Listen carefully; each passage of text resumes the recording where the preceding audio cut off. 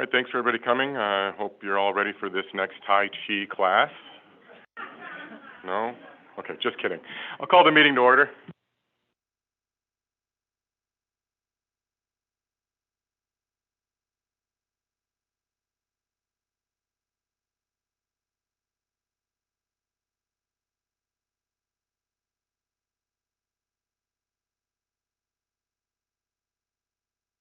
The meeting has been posted according to open meeting laws. Roll call. President Seeger. Here. Trustee Renici. Here. Commissioner Arndt. Here. Commissioner Bertani. Here. Commissioner Hayes. Here. Commissioner Morath. Here. Thank you. A reminder to everybody, we do televise these meetings via Zoom, and anytime there's any conversation being had, either from the public or from any of the commissioners, you need to use your mic for that, otherwise nobody can hear what's happening for the via Zoom meetings. With that being said, village participation. Per Village Resolution 2017-01, anyone wishing to address the Planning Commission during citizen participation will be allowed 5 minutes. Your subject can be anything, whether on the agenda or not. Planning Commission should not engage in a discussion regarding comments because it was not part of a publicly noticed agenda. Upon conclusion of the citizen participation segment, members of the audience are not allowed further comment unless they are participating in a public hearing or specifically allowed by a majority vote of the Planning Commission due to involvement in the agenda item. I just want to remind everybody, I know that this one topic on our agenda, number 12 and number 13, happen to be why most of you are probably here tonight. This is the first time that this body, the Planning Commission, has a chance to even see what this proposal is from a developer that wants to do some kind of improvements on that property. This board is also a simple recommendation to the village board.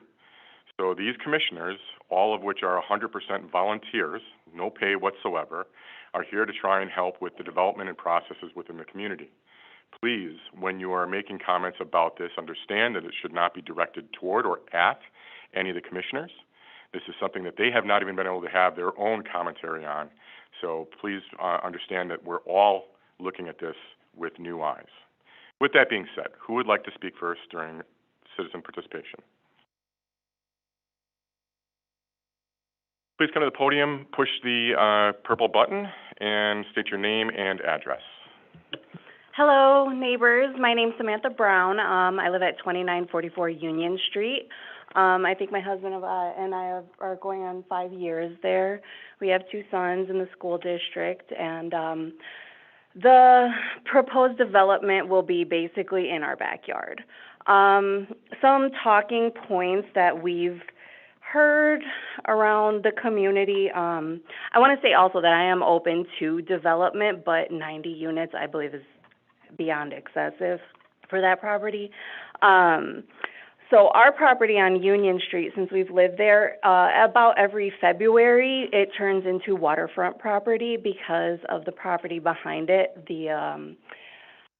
We've heard from the people who've lived there for, the past 70 years that ever since they started paving the school district property back there, that when they remove the snow in the winter and it hasn't had time to, the ground hasn't had time to thaw yet, that all that snow melts and it comes into our basements.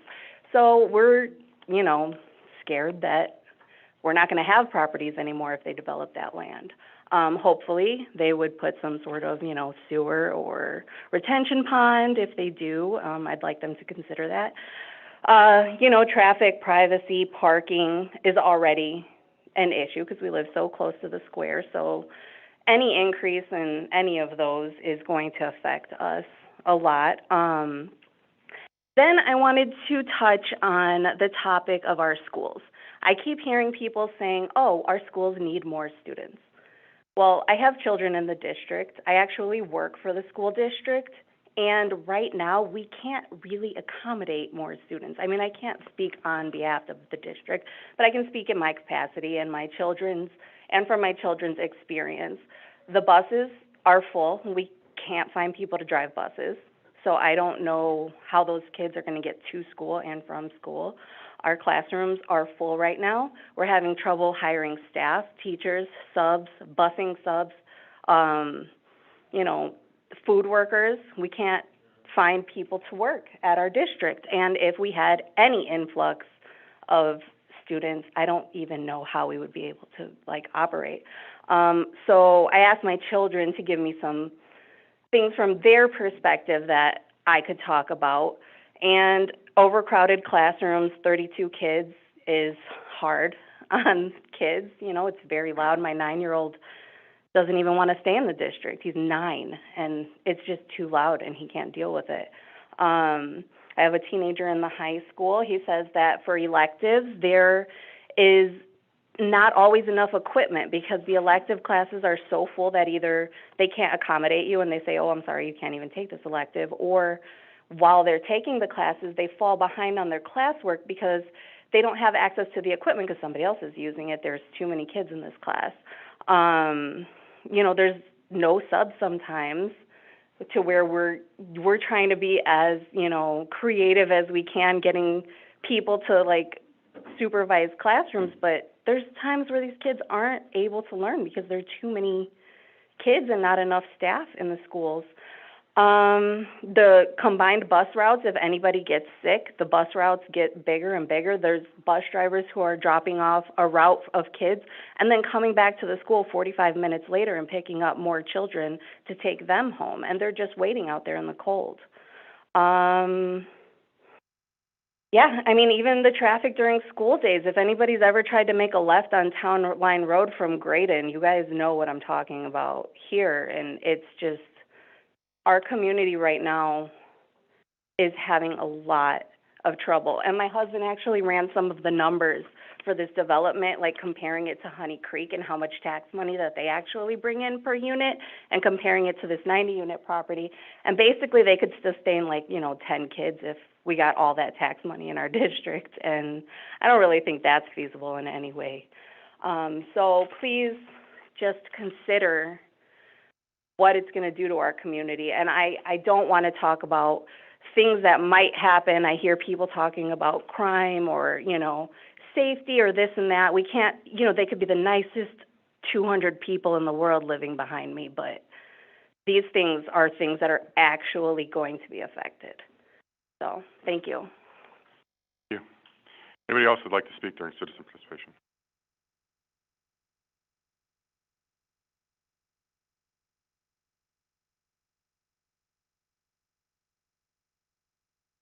Hey, guys, Dusty Stanford, 1985 Division Street.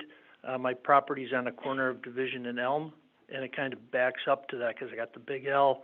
I sat on this board for 10 years, and I understand the need for more rooftops to help increase revenue. And I think that, you know what, 90 units someplace in the village may not be a bad idea. The challenge is, on Division Street, you have a lot of historic old homes. You've got a tree-lined street, all right? You've got a really nice feel in that community. Why would we want to put 90 units in the middle of a historic district? It just doesn't make sense. As we look at it, folks, we have to look at what's that going to do on the traffic on Division Street. What's it going to do to the traffic on the corner of Division and Highway 20? We already know that that's a busy intersection, and there's a lot of challenges there. 90 units, maybe it's 90 cars, but I heard they're 2 to 3 bedroom units.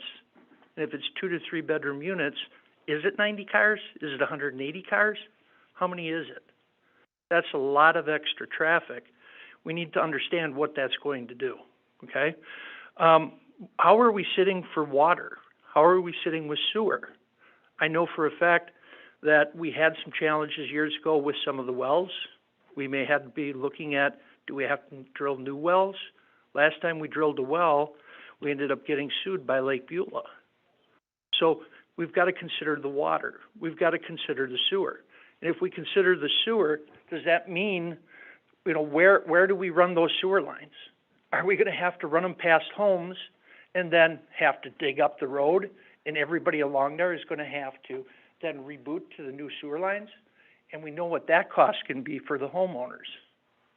So this gets a little bit expensive. And the goal is to raise revenue. There's a lot of things here that are going to cost the village money. Did some talking with the folks from the fire district. I think from what I've heard, these 90 units, we're looking at something that's 3.5 stories tall. Our ladder truck will not support that, okay? The ladder truck will not support that. That's $1.5 to $2 million investment. That comes right from the fire district. So there's a lot of costs there that we have to look at. Water runoff, it was mentioned already. You know, that's an awful lot of parking lot there that's going to have to be scraped of snow. Where are you going to go with the snow? And in the springtime when it melts, where's that water going to go? What are we going to do with that? Also in the village, there's been people that have wanted to build new garages, all right? And there's something about, in the ordinance, about a certain density of building per square footage of land. Well, I think this really surpasses that by a huge margin. So we've got to look at things and understand there's also a height restriction. You know, if I wanted to build a carriage house again on my property, there's restriction against that, right? So why aren't we looking at, potentially we are, looking at saying this does not meet what we're looking to do in our community? Talked about the fire equipment, police service.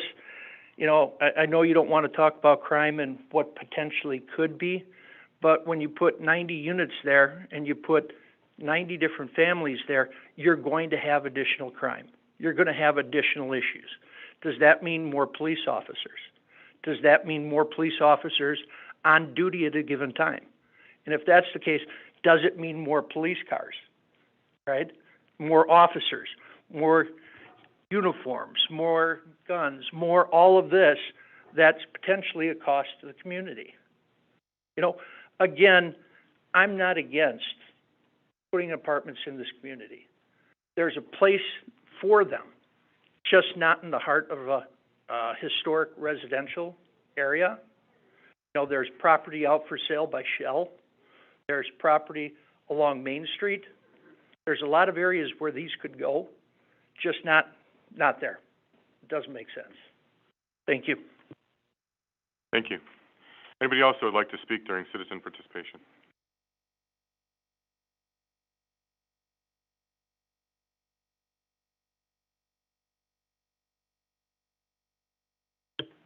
My name is Sandy Stanford, and I also live on the corner of Division and Elm with Dusty. We've been there for 22 years.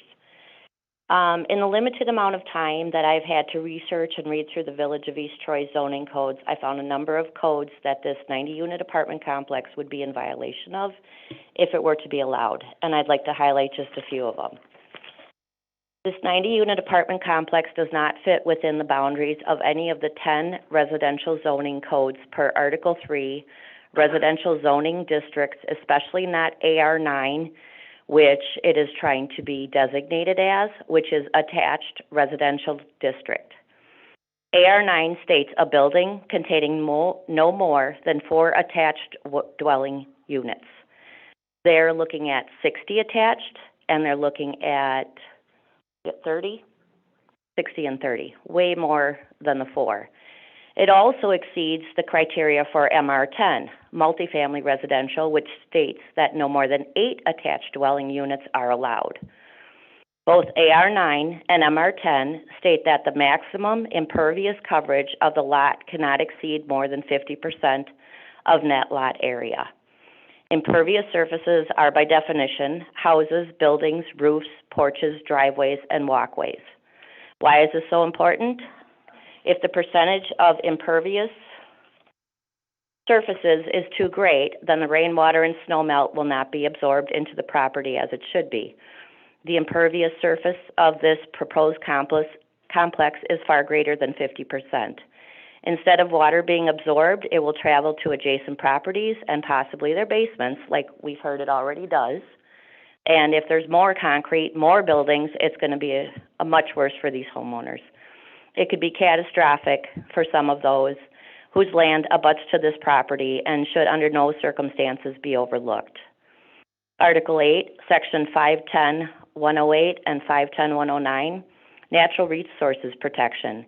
Each project shall meet the erosion control and stormwater management standards in the Village of East Troy Municipal Code. In addition, it states that post-development runoff rates shall not exceed pre-settlement rates, meaning that all that concrete can't make it worse. Under the same section, Group Development and Large Development Standards, this section establishes standards that ensure group developments are properly located and are compatible with the surrounding area and overall community character of the Village of East Troy. This complex does not meet the criteria standards of a historical residential district. This complex would violate Section D as well. It would have a substantial impact on the value or enjoyment of permitted land uses by nearby properties, example, single-family residential that would back up to it. Furthermore, large development is defined in the code as having a combined gross floor area exceeding 20,000 square feet. Large development standards include, but are not limited to, a traffic impact analysis, Article 8, Section 510-109-4. I'm almost done. Where the traffic impact analysis indicates that a project may cause off-site public roads, intersections, or interchanges to function below a level of service. We already don't have a great level of service. There's been many accidents on the corner of Division and North. Most people that live nearby avoid it. We use Center Street, we use Beulah, and a lot of people shoot down Edward Street to avoid that intersection. There is no room in that intersection to widen it to make left turn lanes or people to get around on the right. It's just too tight. And that would be an additional cost to the village and its residents to widen that intersection, possibly have a stoplight there or a stop sign. It's just not safe to add that much more traffic to that area. I thank you. Thank you. Anybody else who would like to speak during citizen participation?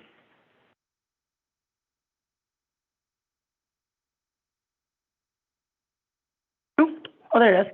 My name is Vicki McCone. I live at 3019 Main Street, and I'm going to keep mine very simple. I just looked at the plans. I know it's preliminary, but I did notice, and regardless what goes there, whether it's a apartment unit, whether it's office buildings, whatever, I would like it if you would consider that the parking is perhaps not necessarily visible from the street. So when I looked at that plan, I saw a corridor of parking lot.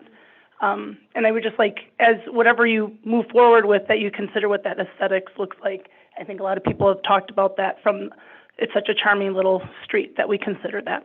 That's all. Thank you. Thank you. Anybody else who would like to speak during citizen participation?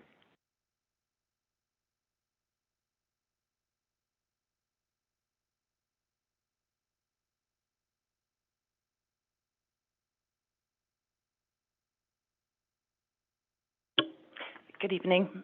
Danielle Schultz of 2049 Division Street. My husband, Brian, and I live immediately next to the former site of Chester Burns in the White House with the pillars. On Friday, October 8th, we celebrated our 9th year in our home. We've spent 9 years remodeling, started our family, and have became genuine lovers of East Troy community, even recruiting my brother and his wife to move down the street on Union from Pewaukee. My husband and I have several concerns about the projected development of the 4.8 acre lot, which immediately borders our property. Just 2 years ago, my husband sought a conversation with the village in order to seek a permit to put up a 3-car garage. We, on our 0.4 acre lot, were informed that we couldn't build the 3-car garage, but rather could be approved for a 1.5-car garage. I can't help but wonder how the conversation is even being entertained to put up a 90-unit complex on 4.8 acres when we can't put up a garage to house our own vehicles.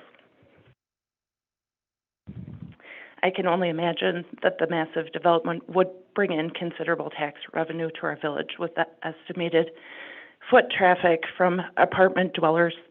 The square and several small business owners could benefit as well.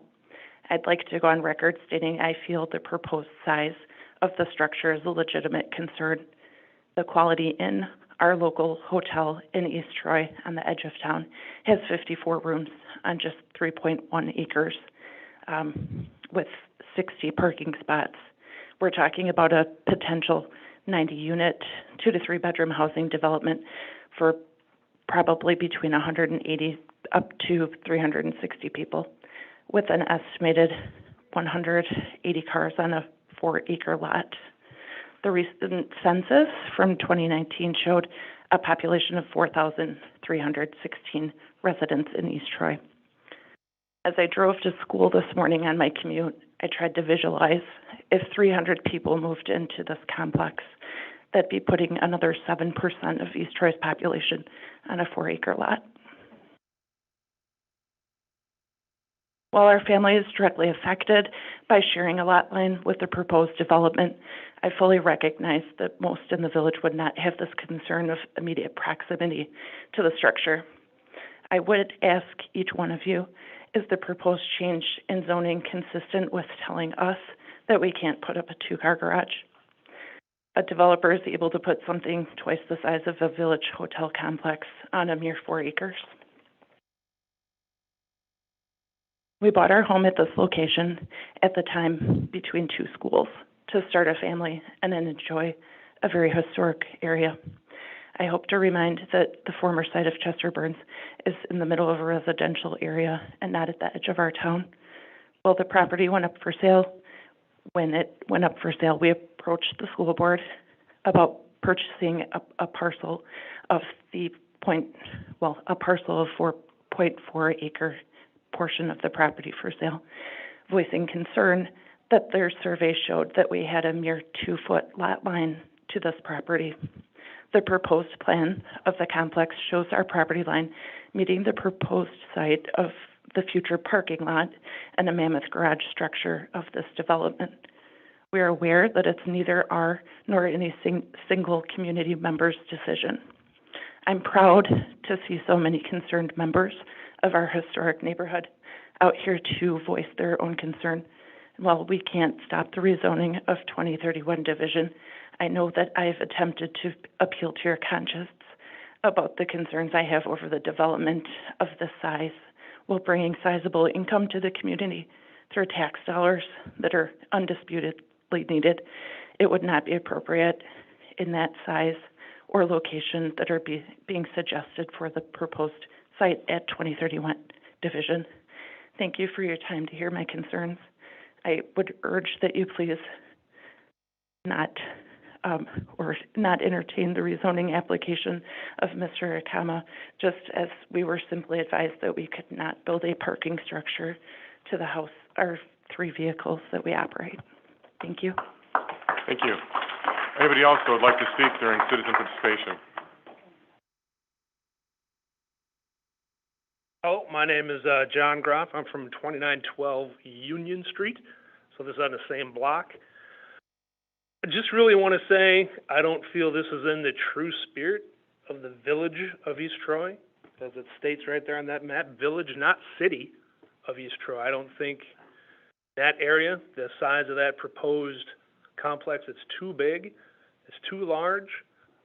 I have a house that's already on Union Street. I'm living with extra traffic right now with all the road construction, so I know what it's like to have extra traffic. This would add even more every day at that same stop sign at Division and Union. I just want you guys to think about it, think about the zoning, think about keeping the character of the town, the historical district, keeping it the way it is, tree-lined streets with single-family homes. Thank you. Anybody else who would like to speak during citizen participation?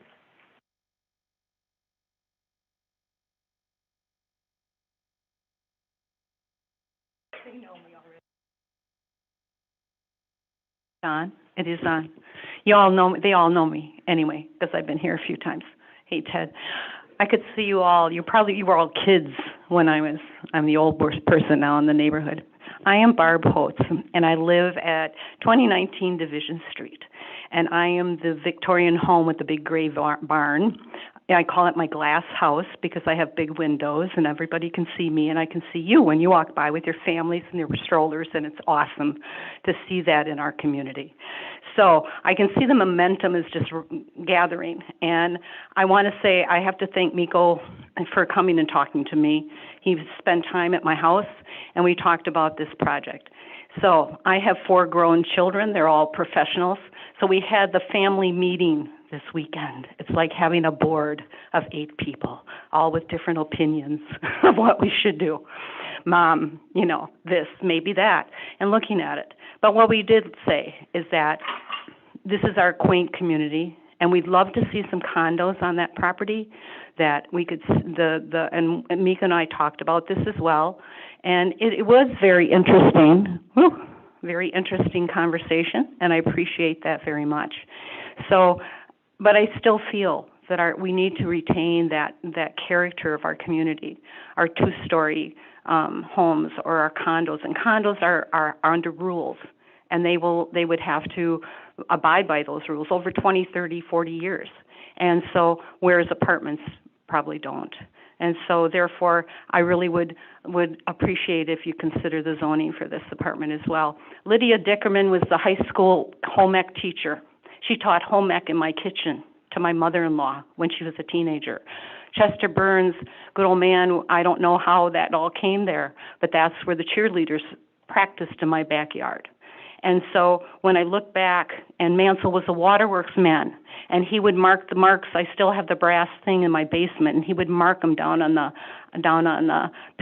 posters, down on the posts, down in the basement. So what do you do after 80 years? What kind of progression do we make? Do we do you know? So I guess we have to really consider that. So thank you for your time. Thank you for all your hard work that you do too, because it is a tough job being on the Planning Commission. Thank you. Thank you. Anybody else that would like to speak during citizen participation?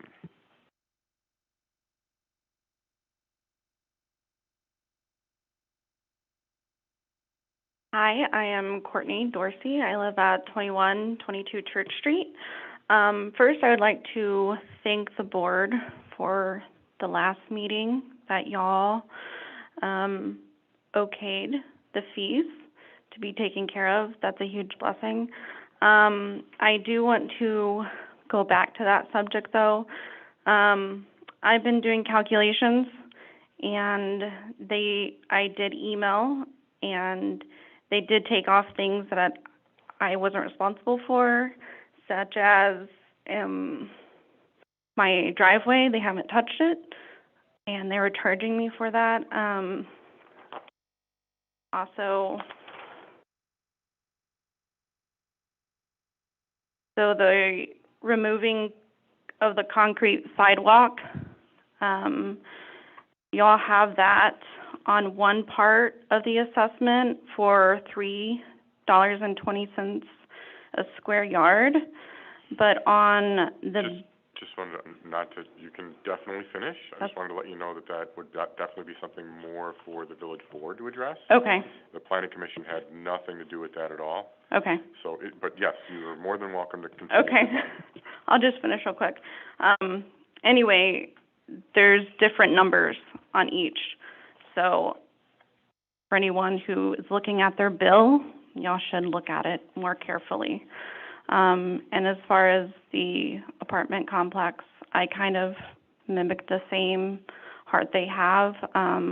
Moved to this town, not from Wisconsin, but I enjoy the small town village here, and I appreciate that. And so, again, I don't think 90 apartments is the best decision for that property, so at least consider that, what they said. So, anyway. Thank you. So, before we go ahead, let me just ask this really quick. For all that have not spoken, but do plan to, could you please raise your hand? Okay, just trying to figure this out, what we've got as far as a timeline. Sir, please come forward.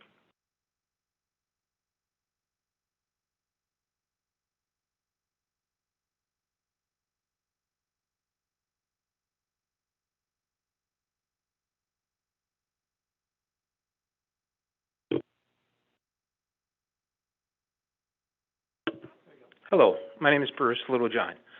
I'm at 2003 Division Street. I lived here all my life, and ever since I've been a little kid, the only thing I've ever heard coming from that lot property has been children from that school system. Putting up a 90 apartment building complex is going to knock the value of the properties down all around it because it won't fit in with the historical style housing, as Dustin Hoffman said. The majority of the houses on Division Street are almost 100+ years old.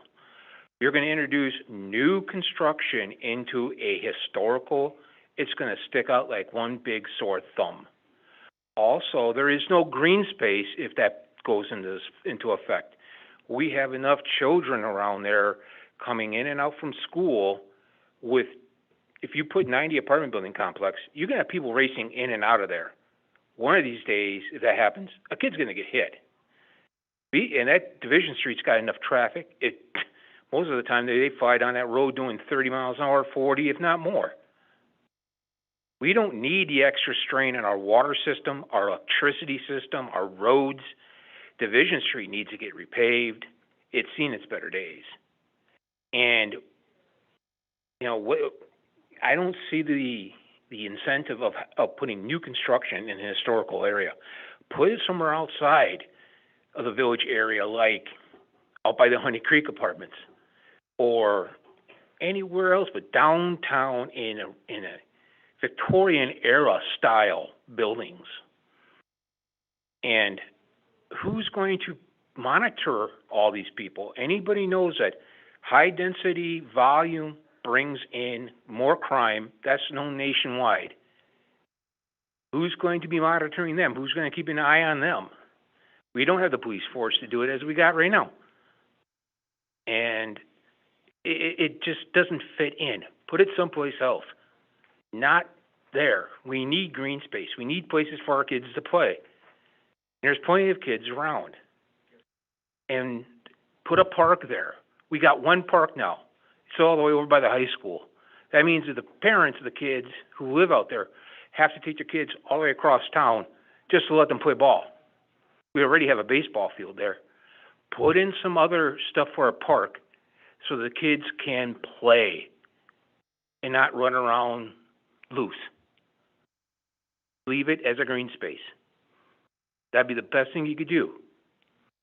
And also would cut down on noise, traffic pollution, ground pollution, and whatever else. Because the more cars you put there, you have more pollution and more problems. That's all. Thanks. Anybody else that would like to speak during citizen participation?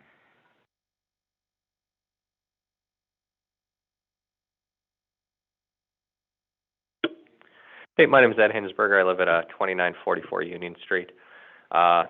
So a lot of people have talked about kind of the personal stuff with it, and you know, with my backyard against it, I totally get it. The loss of privacy, the increased traffic, and I also understand the I versus we. You know, we as a village, we do need to grow.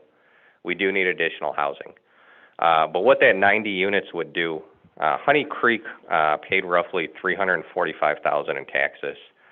So if you divide it by units, and you know, I'm not an accountant, so this is just rough math. You divided it by 90 units as opposed to the 274, whatever Honey Creek had. It comes out to the village gaining roughly $113,000 in taxes with 90 units. If the school district is paying $11,300 a kid, at 10 kids, it washes out. Nationwide average for law enforcement is 1,000 people to one cop. So we're looking at hiring at least another half-time or part-time police officer. The tanker versus ladder truck, and the treatment on the sewer strain services.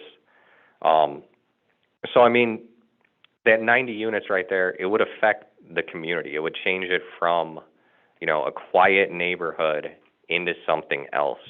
And then also, you know, on the flip side, that development also wouldn't be big enough to pay for itself.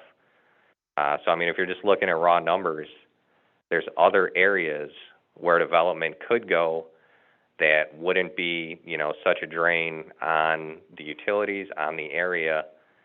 And, you know, if you hit that 200 unit mark, I mean, at least from the rough math I was doing, that's about the break-even point. So instead of focusing on 90 units, disrupting an entire community, you know, push something farther out by the hotel, you know, even farther out by like Gus's or, you know, somewhere along there, there's other options to actually get that return on investment.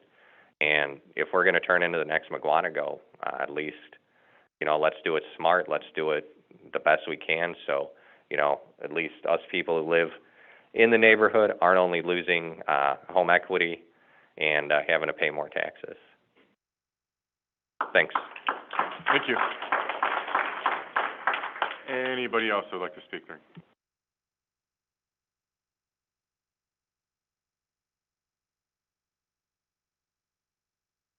Good evening. My name is Dominic Ketcha. I own and live in the home at 1975 Division Street with my wife and children.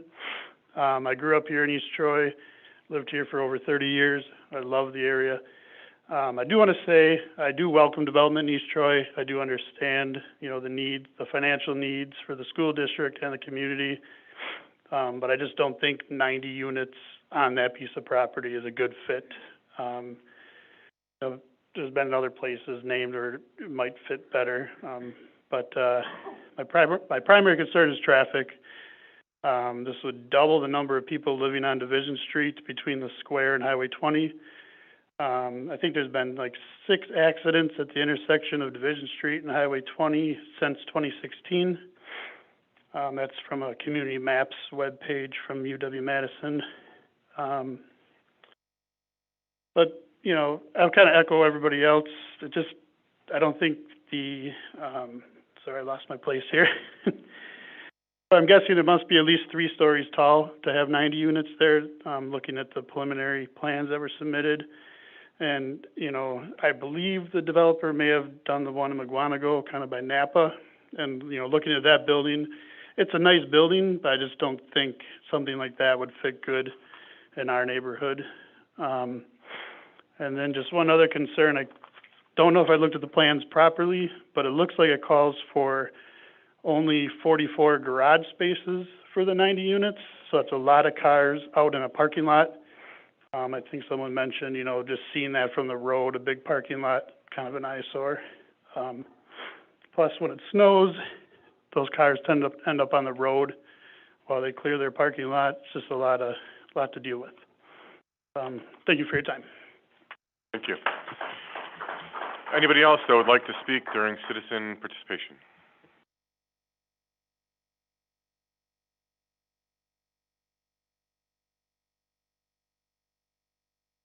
Hey everyone, I'm Miko Erkema and I'm the proposed developer. I feel like I'm pushing a boulder up a mountain right now. So anyway, I just wanted to let you all know that what we're doing right now is just changing the zoning from an MR4, I believe, to a 9. So at this point, we're not doing a 90-unit project, but that's what I proposed. My wife and I have lived here with our kids for the last 17 years in East Troy. So our kids went to school with some of the people that are here as well. So we're very committed to this community, and that's why I wanted to do something in East Troy. Basically, what I did in McGuanago is about the same thing that I was proposing here in East Troy, and it's proven. We built it, and it was done on time, on budget, about $12 million in assessed value. I would imagine that this project would be the same, $12 million, generating about $226,000 in income. It is 90 units, it's 3 stories, 40 feet tall, so it's less than the canopies of the trees that are along the property lines. A lot of concerns that people have are just simply, you know, more emotional and not factual. As far as parking, if you go to McGuanago and see the Point Apartments, you'll see that all the parking spaces, there's parking spaces available there. It's the same ratio. During the day, you'll see that 40% of the people haven't even left. There's not a lot of traffic that's additional. In fact, I actually talked to the police chief of McGuanago and emailed Eileen, and they basically said there was no need for any additional police service over the last 18 months that project has been up and open. So those are just concerns. I know people are concerned about it, but factual, it's not needed, the additional police. Stormwater would be approved by the planning and zoning and would be on-site. There would be underground stormwater retention, so that should not be a problem. In addition to the crime concerns, our average household income is over $83,000 at the Point Apartments. So it's actually higher than the average income of East Troy as it is as far as demographics right now. We also have a professional property management company. We hire third-party snow removal, lawn maintenance. Everything is done professional A-class service. We have very strict rules and regulations. There's 2 to 3 pages of regulations. There's no smoking on our properties. We have quiet time after 10 p.m., and if they violate that, we can kick them out. So also, we have security cameras, over 30 security cameras on the property that record 24/7 that I can get on my phone at a moment's notice. Excuse me, sorry. One of the other concerns is that property values do go down. That's simply not true. There was a study by Harvard University in March of 2007 by Mark Obrinsky and Deborah Stein, and it concluded that multifamily housing does not reduce housing values and may actually increase the value of neighboring homes. What we're seeing in Mukwonago is about 35% of our people are retirees that have sold their homes and wanted to stay in the community. In fact, there's several people from East Troy that have moved into the apartments in Mukwonago that have retired. So lots of retirees. We have lots of public service employees. We have 3 police officers, 1 state patrol person. We have several teachers, lots of medical people that work at medical, Aurora Healthcare, even, going all the way into Milwaukee to Freighter. What else? Privacy. People are concerned about privacy. Well, the people that live in the apartments are also concerned about privacy. They don't want you looking in their windows. So it's kind of a two-way street there. The other thing that, we thought of when we put that project together is it is condensed into the center of the project. So we're actually 7 times further than the current setbacks that are what are actually required. So basically that's about it. Thank you. Thank you. Anybody else who would like to speak during citizen participation? Yes.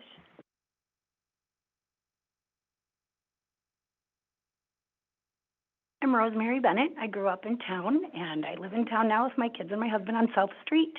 And I think what I haven't been hearing and what I hear from things like social media, Facebook, are people would really like to see something else on that property that's not homes. Whether it's green space, like somebody mentioned earlier. I'm a teacher and I'm a musician. I think of, really big things like, a fine arts center or a swimming pool, or someone mentioned a splash pad on Facebook, or, just another ball field, a park, hopscotch, anything for kids. I could have ended up in a lot of places. My husband and I have lived out of Wisconsin. We keep moving back because we love the way East Troy is now. We've lived in Mukwonago, and we came here because we like the way that it is. We love this village, and we love walking around. We could have built a house outside of the village, and then we changed our mind because we wanted to be in the village with our kids, walking around town, seeing all the neighbors that we know, and we can wave to them as we, walk by. And all the homes, people that I grew up, living near, I see in this room. And, we could make a mistake and look back and say, man, we wish we would have kept that for the school or kept it for the community. And if you put up any condos or apartments, you could look back and say, well, it's too late now. Let's just leave it for the school. Let's leave it for the kids. Leave it for the community, because we can't take it back once there's something else there. Thank you. Anybody else that would like to speak during citizen? I would, but I'm going to let everybody else that hasn't had a chance to speak yet speak first.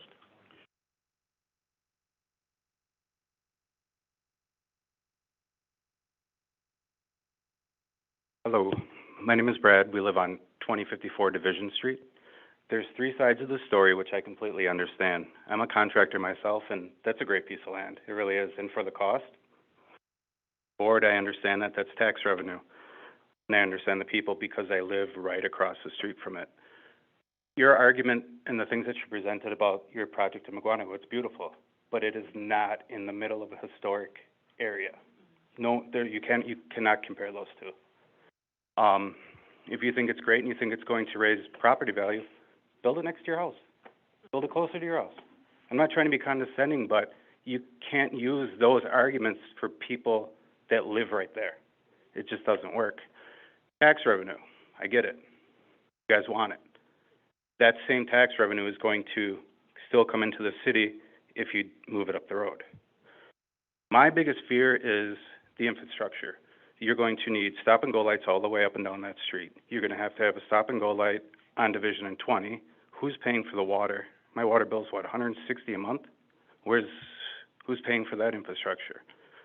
The internet in this city? Let's not even talk about that. When we moved here, the student-to-teacher ratio for the school district was 17.8 students to kids to teachers. It is now 28. So we're going to add another, like you said, maybe older people, younger people. You said police officers, but that is McGuanago. That is not here. Unless you want to try to be McGuanago. I don't think anybody in this room wants to be McGuanago. It just doesn't make sense to put it there. I understand people saying, oh, we want to keep it as a green space. The green space isn't going to make you guys any money. I understand that, 100%. That project will still make you money all around the city. There's a million other places you can do it. I get it. It just does not make sense right there. Our house was built in 1903. All this is going to do is raise our taxes and lower property value, no matter which way you look at it. It is. Get it. If I was you, I would want to build it there too. Be stupid not to. It's what, under $400,000? You can shove 90 units there. Is this going to be a project that's going to start with 60? So it's about a year and a half from groundbreaking to finishing, and then you're going to start another 3 or the other 30, or is you can do vice versa, or you can do them all at the same time? That's where my concerns are. Division Street, yeah, it's kind of wrecked. Probably got about another 5 years out of it, not after the construction of that and what's going on in the square. So you got about 2 years, maybe a year and a half before we have to replace all of Division Street. Who's paying for that? Are they? Or are we? I'm pretty sure we are. Who's paying for the fire hydrants? Who's paying for the price in water that's going to go up? We are going to need another police officer, no matter which way you look at it. Question. What is the rent going to be per unit? Well, what is your proposal? Because I'm assuming it's a business plan. You have it. Yeah, the minimum. I would prefer that any of these conversations happen, sidebar, outside of this meeting. I think everybody really in this room wants to know how, because Yeah, you expressed that the average income of each person in your project in McGuanago is $83,000. The number I heard for rent was $1,100. If people are making $83,000 a year, $1,100 is nothing. It really isn't. That's a quarter, less than a quarter of our property taxes in the area a year, and ours are a little over 5.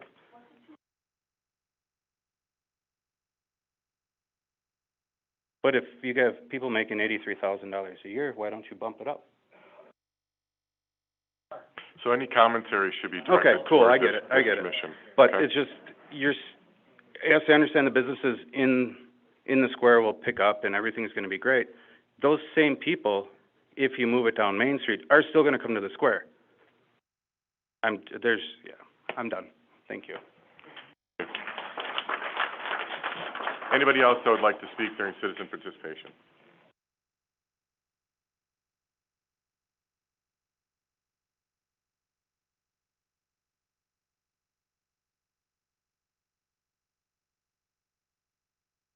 I know you're all waiting for somebody to be in favor of this project. That's not me. I'm about as pro-development as you can get. And if it was an owner-occupied situation, I think I'd be in favor of it. My business is the only business that is directly next to this property. I've seen other non-owner occupied properties, and they look great for the first few years, but not so much. And I think everyone here, you should look and see the company that he works for, the other properties that they own in East Troy. Check them out and see what they look like. And that's what this is gonna look like in 3 to 5 years. And I also know how much the school board and the school district needs this money because I'm on the school board.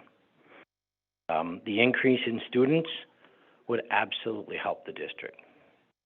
I'm not sure this is the right place for this type of development at this time.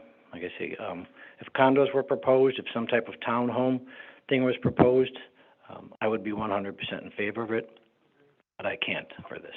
Thank you. Thank you. Anyone else that would like to speak during citizen participation?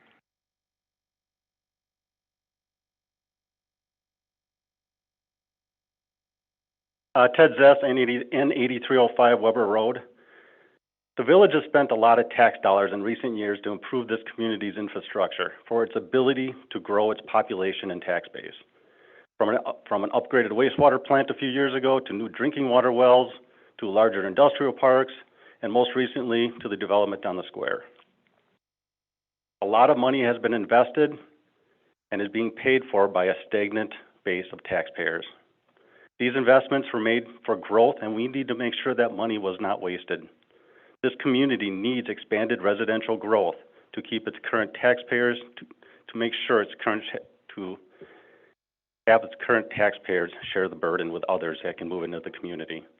Our school district is in a vulnerable financial position, and its desire to provide an expanded educational opportunity for its students with limited resources to pay for it. School district finances need the sale and development of this property to happen, and the school desperately needs an expanded tax base as well as more students to feed revenue into the district. Without faster growth in this community, the school district's future is in serious doubt. Our business community, after suffering a long season of financial hardship due to this pandemic and the fateful response to it, is in need of a hopeful future which relies on expanding its customer base as well as fulfilling its severe need for workers. If this community does not start growing at a respectable rate, our business community will continue to suffer and start to disappear. The old adage is true, you either grow or you die. I encourage this commission and the village board to look for growth in this community. Whatever this development ends up being, maybe it changes, whatever it is, we do need growth. Something has to happen on that property. I encourage you all to work with the developer, work with the neighbors, come up with a solution that makes sense for everybody. Thank you. Thank you. Anybody else that would like to speak during citizen participation?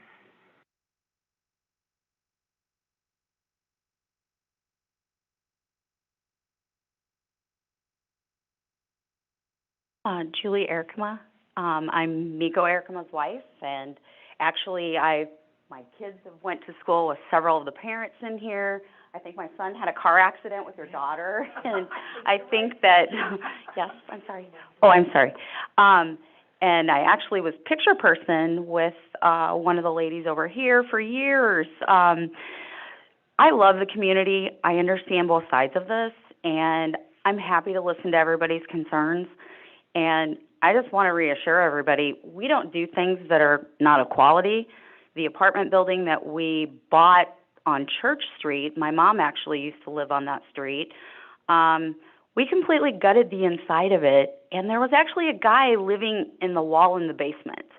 We got thank yous from the police department because we actually took it apart and cleaned it up, and they didn't get called there every other weekend. So I feel like my husband and I actually want to better the community. I feel like a lot of you don't really see it that way, and I feel bad about that, but we're really not trying to disturb everybody and cause issues in the town. We actually live here too, and we love East Troy. So we're hoping to work together so that we can generate revenue and help the businesses downtown. And I just really feel like after listening to this meeting that, you know, there's a lot of people that obviously are against it. And if it doesn't happen, my husband and I are happy to take our business elsewhere. And it's not going to be a problem for us. And obviously, that's really what a lot of people want here. But I just want to bring it to your attention that if you look at truly the other properties that we have, the one on Church Street, it was an old building. We bought an old building, we completely gutted it and renovated every unit in it. And if you really actually talk to the policemen, they came to us and thanked us for the things that we were doing. So please get your facts straight when you're talking about our other properties, because I really don't think that you know. Sure. We are not going to have any more sidebar discussion. If it's not an addressed comment to the commission, please take those comments out of the room if you wanted to have a second discussion. With that being said, does anybody else want to speak during citizen participation? Thank you.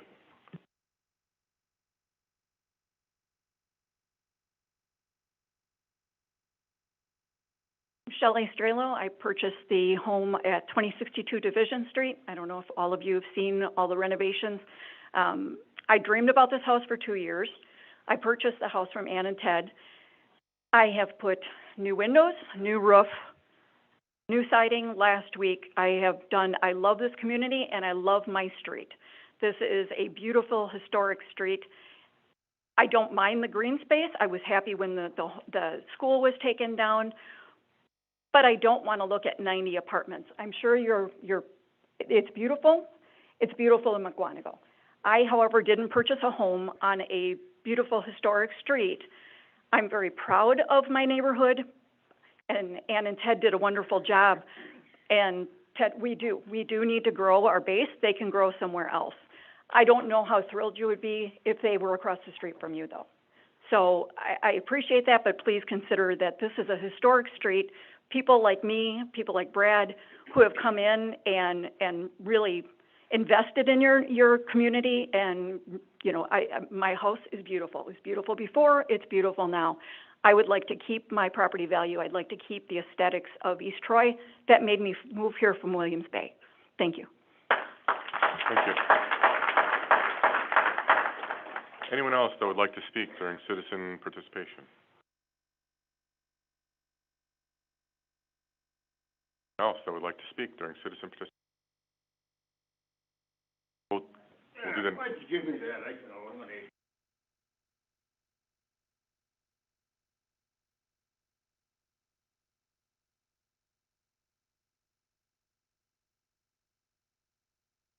Can you hear me? Yep. All right. My name is Alvin Bordeaux. I live at, 5023 Division Street. 2 houses from the park or the old school. And what I realize is it's never been mentioned. I would bet almost everyone that moved to East Troy came from a dense concrete populated area. They saved their money, they got a down payment, they got the guy to give them a home and a financing, and like she said, she stuck a bunch of money in her place. I stuck a bunch of money. Everybody does. Now, you say you can't put more than a half, one-car garage. We've got the biggest lots in the village, us and Danielle. That's denied. High-density population, this fella here, he don't give a damn where he puts his money. He's a developer. He can put it on the outskirts of town here by Honey Creek Road. He can put it anywhere. He does not have to destroy the history of this village, jamming in some kind of artificial box. That house I'm in, 1860, I found some stuff laying in the yard. There's a lot to be said about this. I did utility work all my life. Hundreds of subdivisions I worked on putting power in. And the high-class outfits, they put a walkway, a bikeway around the subdivision, some nice little ponds. That's what they do. Of course, they get $500,000 for a lot. But there's no reason to destroy this village with a project like that. He has zoning out on Honey Creek Road. He can go anywhere. And I don't buy this survey stuff about it's not going to decrease the property value. A survey is what you pay the guy. He's going to do what you tell him to do. It's just all bullshit. Anyway, No, that's what I say. Might as well, why don't you guys take that? You got a trolley museum that's kind of national already. You got something. Take and invest in a corridor. Put like a family get together right there for starters, something cheap. Where somebody comes from out of town, you can go over there and have a lunch or something. Maybe a swimming pool, later to be covered up and enclosed, so we got something for everybody to use. A corridor like they have down on the Milwaukee lakefront. Green Bay, these cities of success all have walkways. You could take a walkway right to the library, down in Nokomis there, follow the creek right round back to the village. Call it hiking, nature, anything. People will come with a family. They'll spend a day here.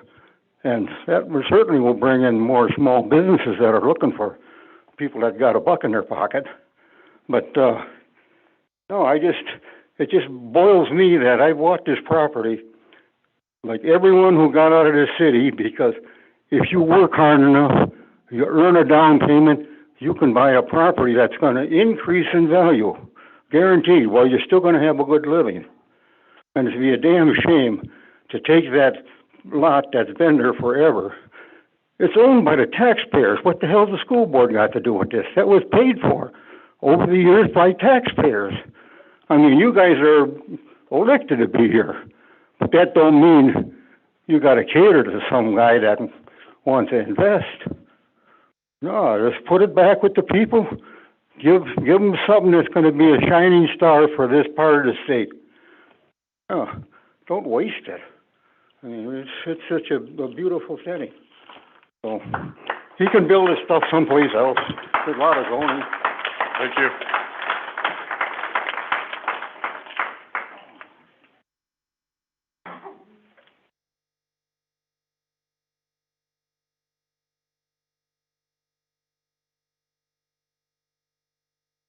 Hi, Natalie. We moved here last year. How many of you know Kate and Motor in the big White House on Union?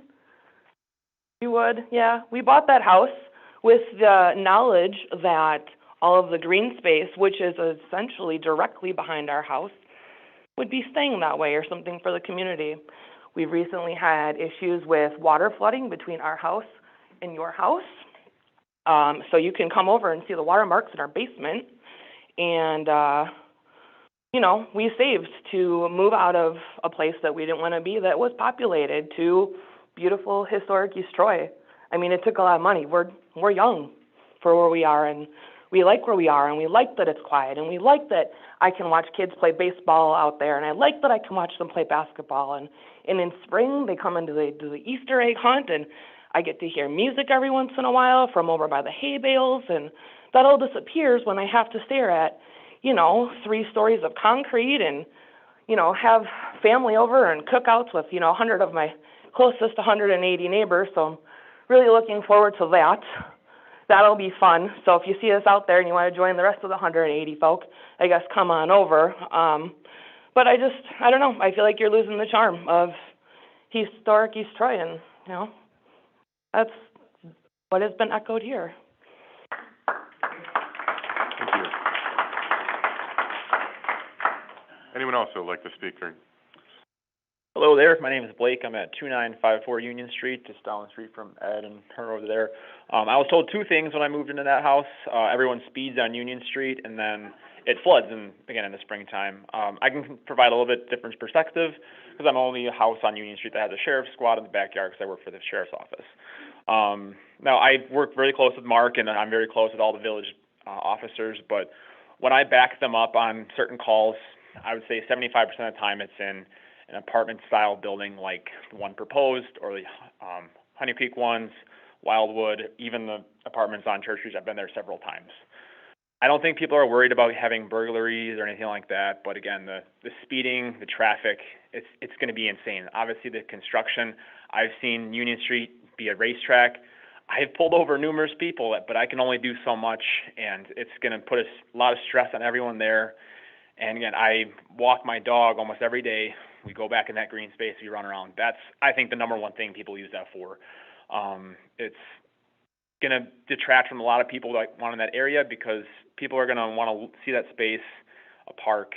Again, there's already so many things there that you can just improve. Improve that baseball diamond, improve the basketball court, make the grass a little bit nicer, I don't know, add a playground. People would move to the city to see a nice park there. They're not going to move to the city, oh, hey, there's these apartments right off the square.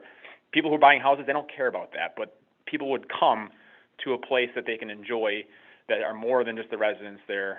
And again, I'm concerned with the amount of people in the area. And again, I moved here from downtown Waukesha. That's where I grew up. I actually served in that police department there. Didn't like it. I came to the sheriff's office, love working here. I've been in this village here for 2 years now. I like to think of myself as a part of a community. I go to all the businesses downtown. I say hi to all my neighbors. Again, I don't want that to detract from that. I know just one apartment building wouldn't change that, but again, it won't fit. I have a house that's 120 years old. There's a lot of other old houses there. Again, it won't fit that well. I have loved what you guys have been doing with the square and how it is almost turning into mini Lake Geneva. There's a lot more revenue to be doing that, but I just don't think a huge 90-unit apartment complex would really benefit us in the long run. So, Thank you. Anyone else that would like to speak during citizen participation? Anyone else that would like to speak during citizen?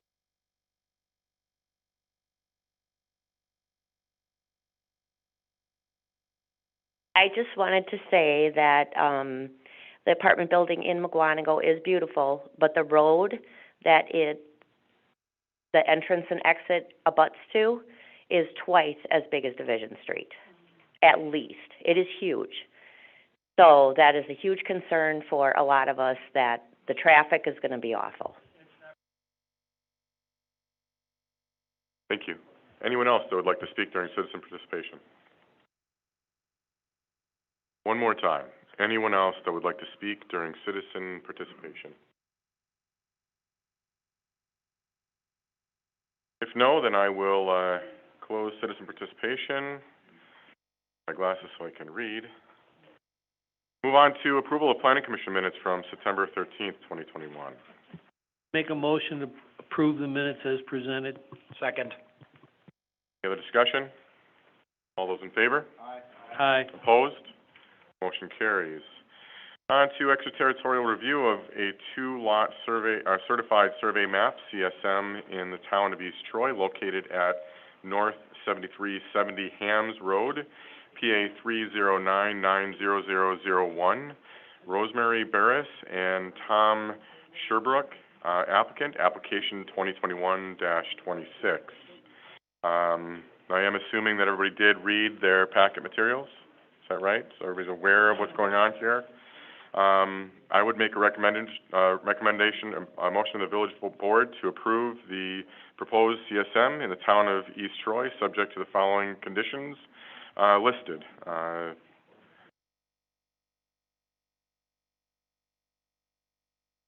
right, I've got a second. Any discussion on the item?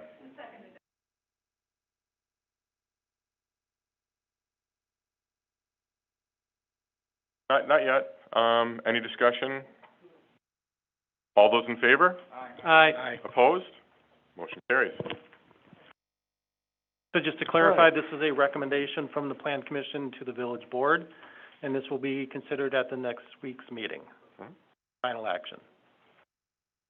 All right, extraterritorial review of a three-lot certified survey map, CSM, in the town of East Troy, located at North 8826 County Road ES, PET 1600006B, PET 160001, PET 160013.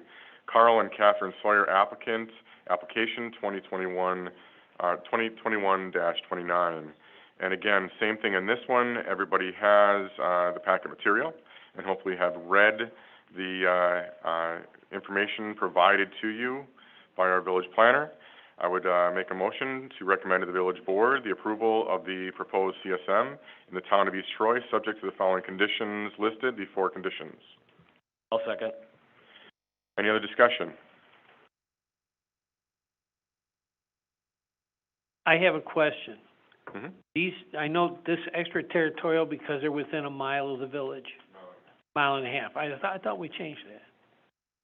But, okay, never mind. But anyways, my point is though, is that this has been already brought in front of the other authorities, the town or county, et cetera, correct? Yes, and we are part of that process. I understand. I just wanted to make sure we're not the first one in line here. Any other discussion? All those in favor? Aye. Opposed? Motion carries. Not want? No, I just want to make. Okay. Go ahead, Carl.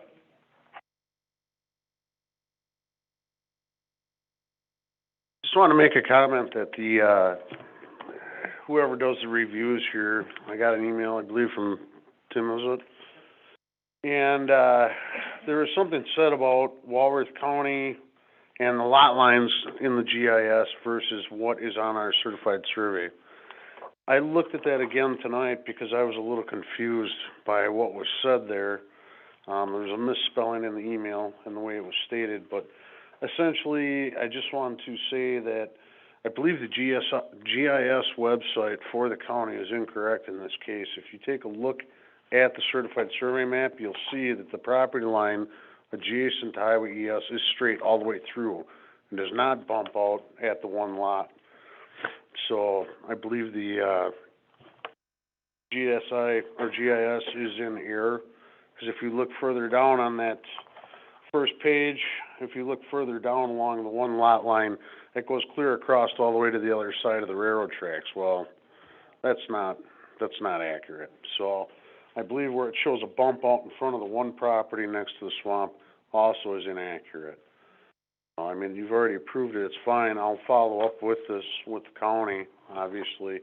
Yeah, Carl, part of the 4 points of discussion that were part of the approved motion, identify that as far as those property lines being verified. If you have that information, share that with our village planner and or our engineer, and it should be fine. All right, not a problem. Thank you. Do I need to be present in front of the village board for this? For Want to. approval? We always love company. Wow.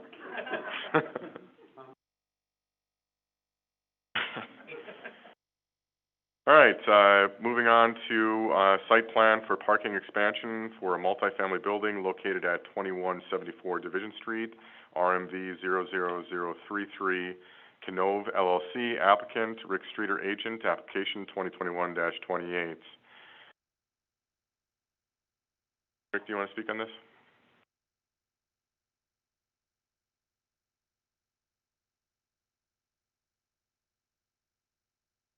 Yes, we're just trying to, expand our parking area that we have. It currently has 12 spaces. We'd like to be able to get to 16, so there's 2 spots for every tenant. It's an 8-unit apartment building. There's 4 in a garage right now, and we would have a total of 12 on the surface then. That would eliminate any parking on the street for the winter months, and would help with plowing and things like that.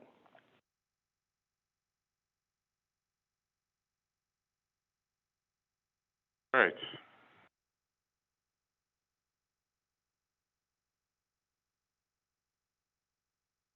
So just real quickly, just a consideration, and we had talked about this. There is that parking space that is closest to the garage, and anybody parking in the garage is going to be coming out fairly close to the end of the car that might be parked in that space. So, just a consideration to designate that for compact cars only, so you're not going to be creating that conflict point. That, everything else is in order. As opposed to a 4-door pickup truck. I said as opposed to a 4-door pickup truck. Yes. We've already got the compact vehicle sign ordered, so that we're in agreement with that. That's not a problem. I'll make a motion to approve the parking expansion as proposed, to provide the outdoor stall closest to the garage is designated for compact cars only. Any other discussion? All those in favor? Aye. Opposed? Motion carries. All right. Thank you, Rick. Conditional use for a contractor yard located in the Village New Industrial Park on the south side of Honey Creek Road, MP Systems, Inc., application 2021-24. I will open the public hearing. Is there anybody here that wants to speak on that?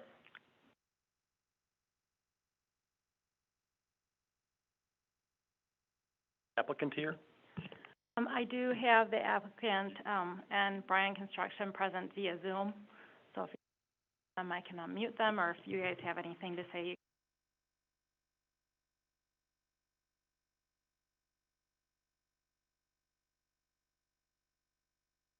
Oh. Zoom. There's additional people on Zoom too. Are there any questions for the applicant? And again, this is a public hearing. If anybody wants to speak on this agenda item, they are able to at this point. Questions or comments, concerns about development in the industrial park? So it might be helpful if the applicant provide just a real quick overview so we all know what we're talking about, kind of talk about their new business, the operation, location, those kinds of things. Sure. Hello, everyone. Chris Wensler with Bryan Building Corporation, out of Brookfield, 3885 North Brookfield Road. This project is for MP Systems. The proposed development location is actually in the new Village and Industrial Park. On the south side of Honey Creek, we're looking at Lot 3, which is kind of in the southwest corner. So this view on the screen is actually sort of an aerial view looking southwest. Kind of in the very top left, you're seeing sort of a fence condition, also on the top right. And so what this new 25,000 square foot project consists of is basically there's an office component, and then MP System actually will work on their vehicles in this location. And so I believe the conditional use component that we're talking about now is just allowing us to have sort of an outside temporary, it's not quite legible on that, but if you kind of divide that site more or less in half, on a phase one, we're looking at sort of stoning that right half of that site, expandable to the west, or actually south, left on the drawing here. So there's, for those that aren't familiar, there's a huge sort of moraine or berm there, on the top, which is actually west. We're not proposing to touch that at all. Our entire development happens east and north of that. So from like a phase one outside storage component, we're looking at basically the northern half of this, expandable down to that south edge. And just to be clear, we're not paving the whole site. This is just gravel, stone.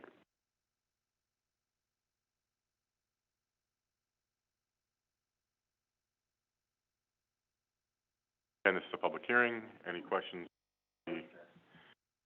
So MP Systems has vehicles related to their business that this facility will basically serve as an internal repair facility. So the goal is not to long-term storage anything here, right? Because they're not making money if the stuff's just sitting there. So it's just as this process is happening, there might be, a couple of vehicles that are out there, but we're not proposing. Right. Exactly. Anyone else? Questions, comments? What I can do is kind of run through the staff report, and Great. So there are two items on the agenda. The first is the conditional use application, and related is a site plan of operation. The conditional use is a public hearing for a contractor yard. On the first page of the staff report is a use description of what the contractor yard is all about. And on the top of the second page are development standards specifically related to a contractor yard. And then we go into narrative that's in all conditional use staff reports with regard to how we treat them under Act 67. The procedures are listed on page 3. There are 6 required findings that you need to make, and they are listed on page 3. They are also incorporated into the approval, if you're so inclined. There was a public hearing notice, published 2 different times. We have not received at this time any written comments from anybody. Letters were sent out. As indicated, we do have a draft conditional use order, and the order specifies all the terms and conditions related to the approval, again, if you're so inclined to approve it. And then the second part is the more detailed site plan and plan of operation, and that's where we look at, landscaping and parking and those kinds of things. We'll just go through the conditional use first. Questions, site plan and plan of operation.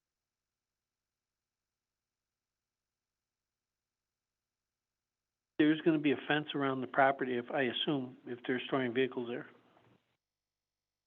That's gonna fit our past discussions of fencing in industrial parks. What is the height on that? I thought it was 8 feet, the industrial park.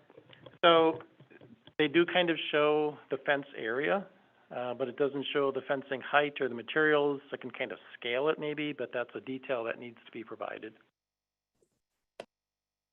Understood. Just to be clear, so we had a few sort of updates to this in the newest, which I believe you've seen. But initially, we were looking at fencing this entire site, and sort of this is obviously discussion here, right? I think we all agree that that huge berm that goes up ends, 20, 30, 40 feet. I think you can actually count the contours. Putting an 8 or 6 foot fence, an 8 foot fence or whatever at the base of a 40-foot mountain isn't really going to do anything. So we're asking for sort of a discussion related to how that southwest component works. Obviously, we're fine the whole north side, the whole east side, even on the south as we kind of approach that. But once we get to that, I think it's just sort of a waste of money, to be honest, to put a fence there. So maybe a landscape kind of consideration or something like that. 40, to your point about the fencing, if you look at the terrain of where this location is and what happens to the grade and challenges that do present itself in doing so, it has its own natural buffers that necessarily a fence maybe wouldn't be required in an area like that, or necessary because it's a little bit above and beyond. As you said, 8 foot tall next to 40 foot tall doesn't really make sense. No, I understand, and I mean, I wasn't clear probably, but I was just concerned, because I know they're gonna have a storage yard for vehicles and things, right? And I'm sure you're gonna have that fenced off. Correct, yeah. That's kind of what I was alluding to. So as long as we're kind of talking about the landscaping, so there's 2 components to the landscaping requirements. The one is for, street trees and plants and parking lots and so on and so forth. The other part is the buffer yard. And that was kind of alluded to a little bit, but essentially a buffer yard is required when you have 2 different properties in different zoning districts. Then we might have to have buffering between those 2 different properties. And we don't have a plan for the buffer yard yet. If you're so inclined to approve the site plan, that would be submitted and reviewed at a later date. That a little bit later in the agenda in terms of the buffer yard in this case.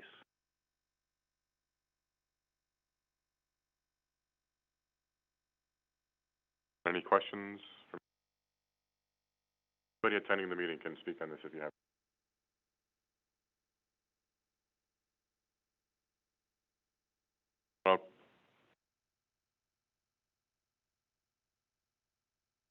If you're inclined to move ahead, sure. I'll close the public hearing then. Tim? There is a motion in the packet for approval of the conditional use, on top of page 4. And again, it relates back to the draft conditional use order, which is part of the staff report. It's my understanding that the property owner, business owner has read the conditional use order and doesn't have any comments, questions on it, so. Make a motion to recommend to the village board the approval of the conditional use subject to the terms of the draft conditional use order dated October 6th, 2021. I'll second. All right, any other discussion? All those in favor? Aye. Opposed? Motion carries. Moving on to the site plan, plan of operations for contractor yard located at Village's new industrial park on the south side of Honey Creek Road. MP Solutions, Inc., applicant application, 2021-32. So we touched on some of these things already. Running through a couple of key considerations in terms of the building itself. It does comply. Building location, building materials complies. There is no site on the site plan for the trash enclosure. I'm not sure if there is to be one. We talked about that internally this morning. We want to confirm with MP Systems that they in fact need one outside, and if they do, then we're happy to comply with that. Some of the businesses do store their dumpsters inside and then roll it out when the pickup is due, correct? Correct. So the other consideration is in terms of the access. They're proposing 2 access points off of the cul-de-sac, and we'll get to the certified survey map later that actually creates the parcels. But at the south end of the cul-de-sac, we need to be showing a road reservation area in case that cul-de-sac needs to be extended further to the south, and there will be a separate agreement that's recorded, letting everybody know under what terms and conditions that street reservation was set aside for. Okay. Parking, fencing, there's still a question about the height and materials, so that can be taken care of at a later date. Again, there's no indication for, or proposal at this point, for what signs would be considered. So there, that would be considered at a later date. The landscaping does comply with the requirements, but again, the buffer yard is something that needs to be, worked through. So again, that's put on the back burner. In terms of outdoor lighting, everything complies. Stormwater management is going to be handled by the stormwater basin. That's being set aside for the entire development. Question about bulk fuel storage. Will there be anything on site? My knowledge, no, and I don't know if, I see Joe is on via Zoom. I don't know if he can speak to this. Yeah, can you guys hear me? Yep, we got you. Yeah, we can hear you. Yeah, Joe Jersinas with Bryan Building. So there is not a plan to do bulk storage of fuel on the property. They work agreements out with service stations and do not need to store anything on the property. And then in terms of, I know you guys were talking about the dumpster enclosures. With the dumpster enclosures themselves, because the yard is going to be fenced from the road and those do move around a little bit on their property, and knowing that they're already storing the stuff outside, the intent was to store the garbage outside, put and not necessarily enclose the dumpsters.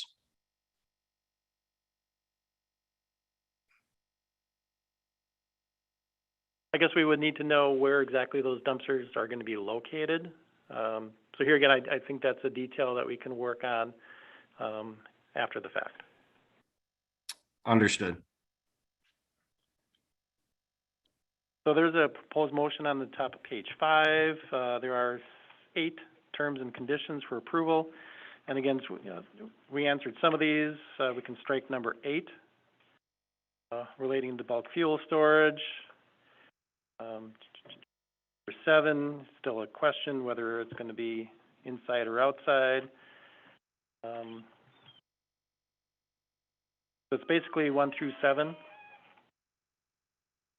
What about the issue with the cul-de-sac, though, with being able to continue on down? Is that,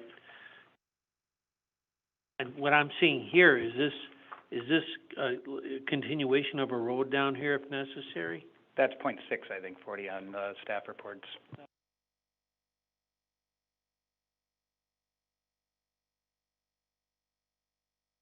I'll make a motion to approve the site plan and plan of operation as set forth in the submitted documents, subject to the conditions in the staff report, 1 through 7. Second. Any other discussion? All those in favor? Aye. Aye. Opposed? Motion carries. Thank you.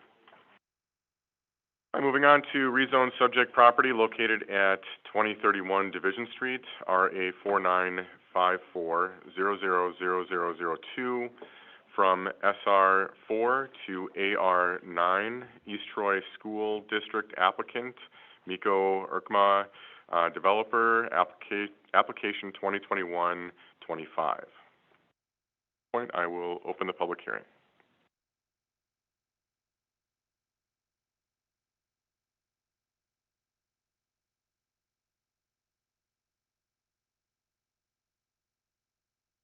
Well, officially we do. This is Miko Erkma, W3468 County Road J. I'm the proposed developer. Basically, we're just looking to change the zoning to fit the comprehensive plan that was approved earlier by the village.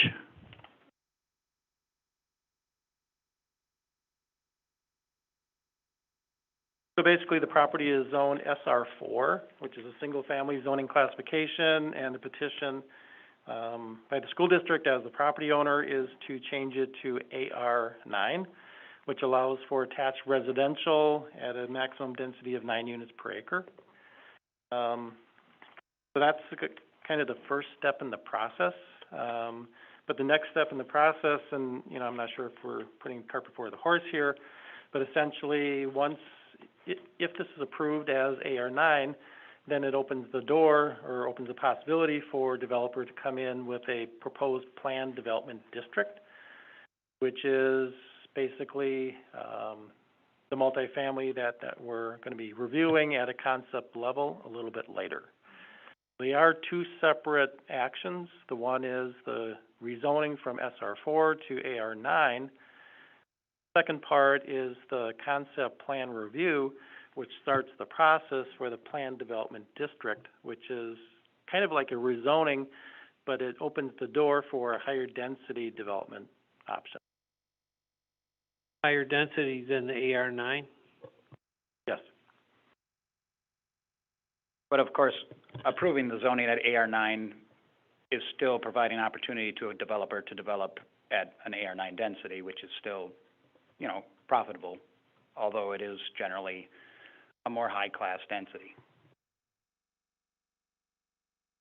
Edward Street's condos are AR9 as an example.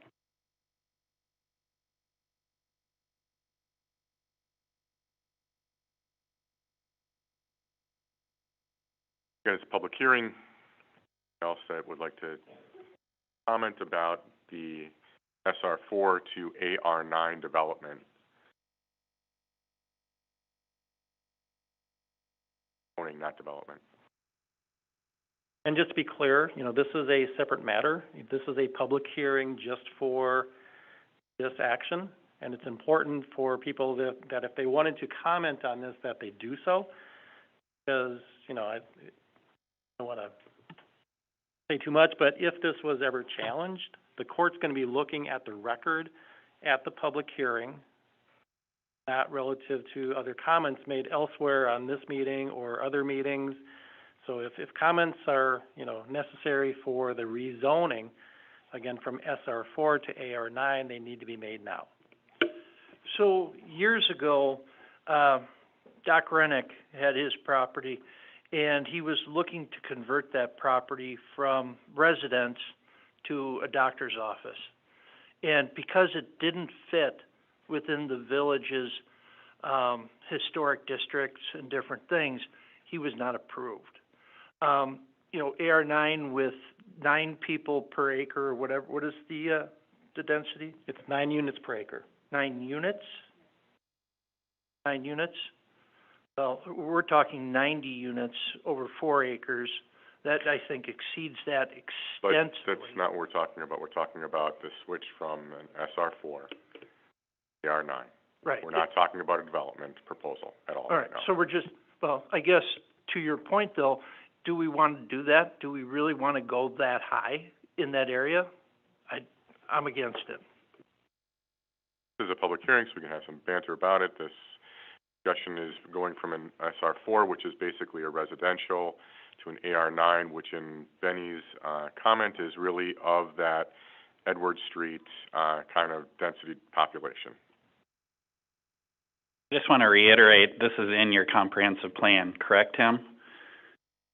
Okay, that's it.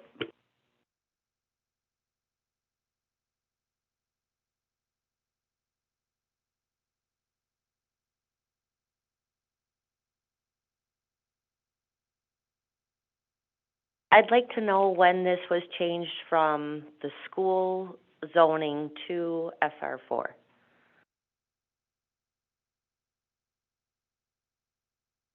While the school was still there?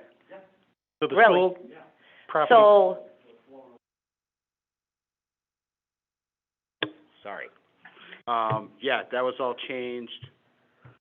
is that like 2011. 15 years ago? Yeah, right. Institutional was wiped out completely, and it was institutional was changed to SR4.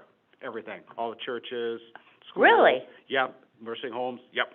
Really? Yeah, look at the current plan, look at the current zoning, it's all, anything that's, was institutional is all SR4. Okay. Yeah. Well, I want to go on record saying that I'm opposed from it being changed from SR4 to AR9. I think that density is too great for the area.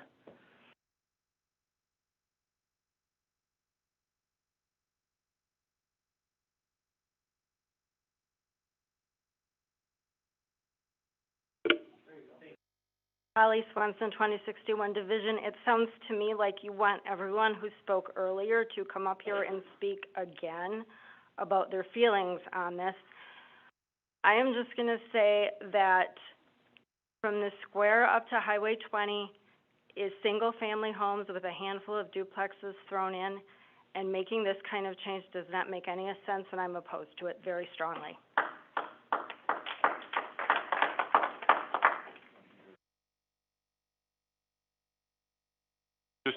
Just a reminder that we're talking about switching the density from SR4 to AR9. That's the only thing. We're not talking about a development here.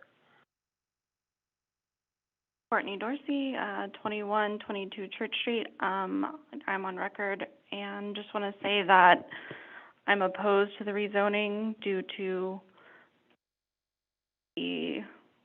what possibility it could happen to bring in. So I would rather it stay as it is than change to possibility of something bigger going in.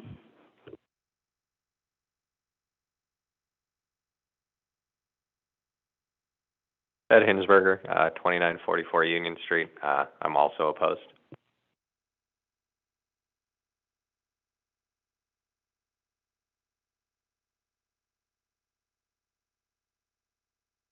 Dominic Ketcha. I think it'd be maybe good to see a proposal that would fit in AR9 zoning before you would decide if you want to change it.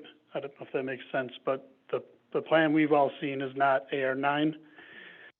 So if there was a proposal that is compliant or fits in the AR9 zoning, maybe we could see it before it's changed. Does that make sense?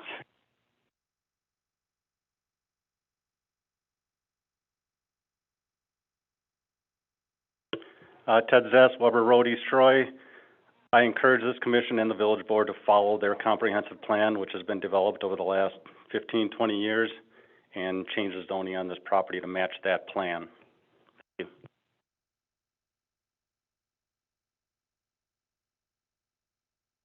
you. John Groff, 2912 Union Street. I would say no to the zoning change, keep it residential. Comprehensive plan was changed once, it could be changed again, so change it back to residential. Keep it the way it is.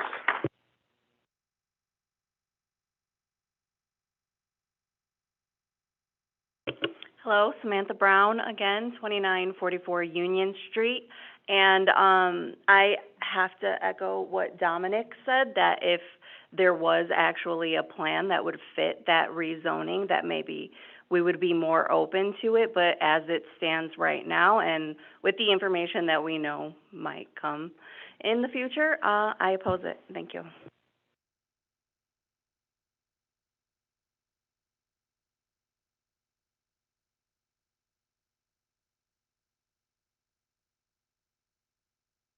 Hi, Natalie, 2936 Union, definitely opposed to your rezoning.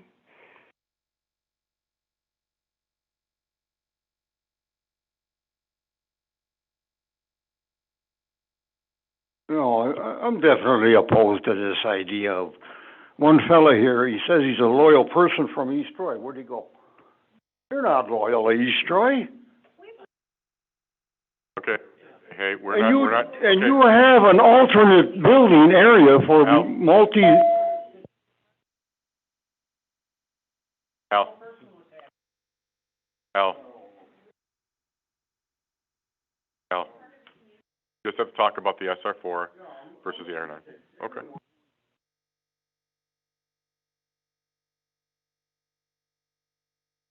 put the damn button on, huh? Anyway, no, this is a no-brainer. There are alternatives. Plenty of alternatives. This man is attacking everyone in that historic neighborhood. It's gonna cause problems. These people worked blood and sweat to have those homes there. And there should be never something happens where you have to be displaced. My neighbors are already talking about moving out of East Troy. Because one individual will not take the alternative and the honest way of doing things? No, this is wrong. 100% wrong. And I assure you, this board and this village will be looking at lawsuits. You don't do this to individual people, their homes and their dreams. This is wrong. And that's about it.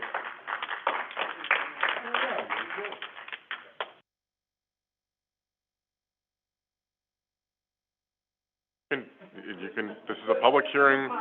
If, I'd love to just stick to the topic, the SR4, AR9. SR4 aside, the Erkmas are very good people. They really are. And again, if they want to take this property that they want to build, I'm all for it. We need rooftops. Please, just don't put it in this residential historic area. Sorry, Scott. You know how it's supposed to go, so. Been here a couple times.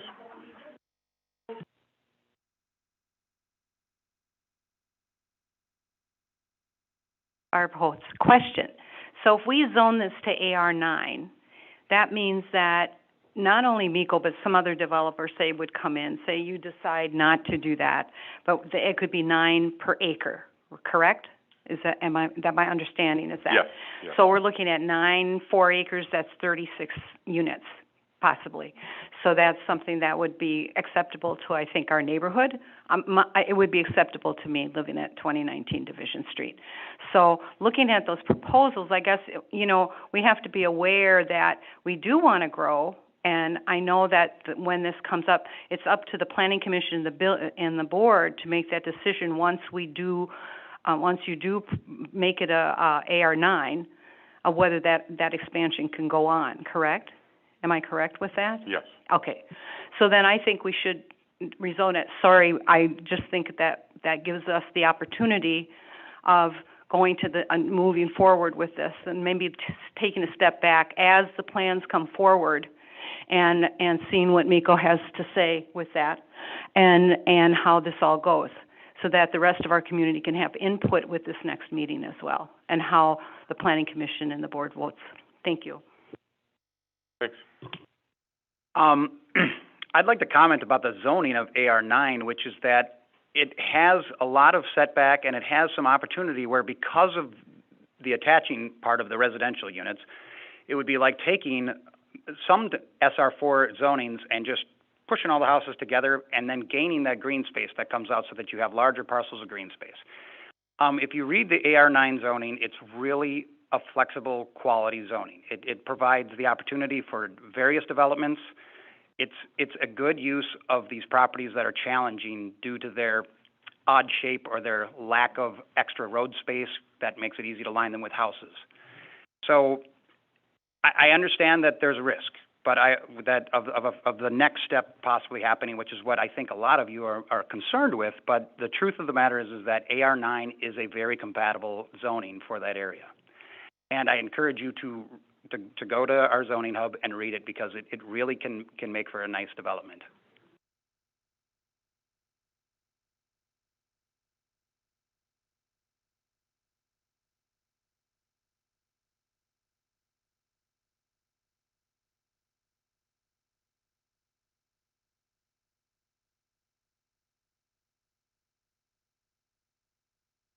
Okay, so we're still in the public hearing.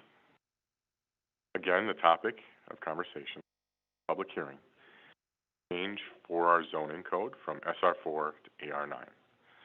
Anybody else have any questions, comments about AR9?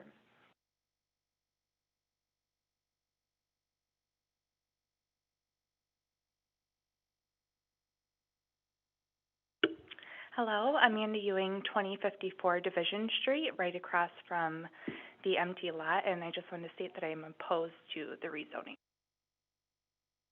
Thank you.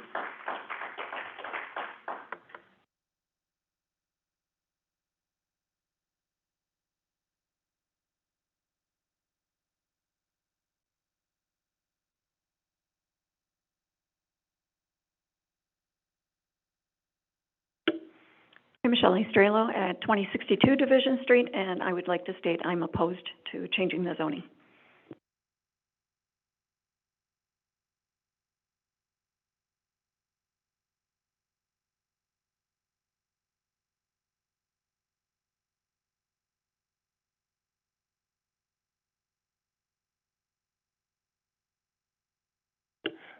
$2069 Division Street, I'm opposed to rezoning it. If we're gonna rezone it, let's see something better than what we're talking about. Back, Wixom.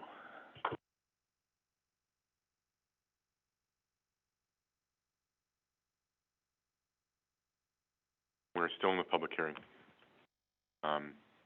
Anyone have anything to say outside of the fact that they just don't want it to change? There's some kind of discussion points.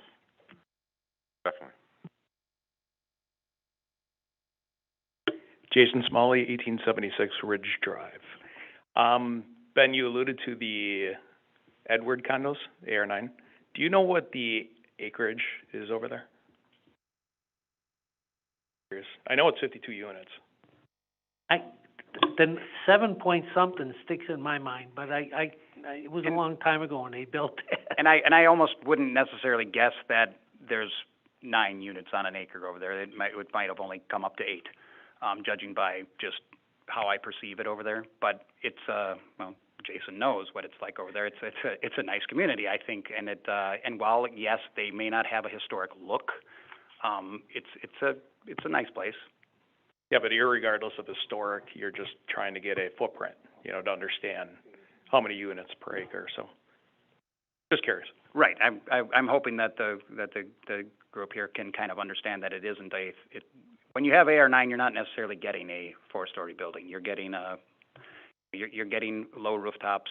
You're getting stuff that has families in it that are families that might stay.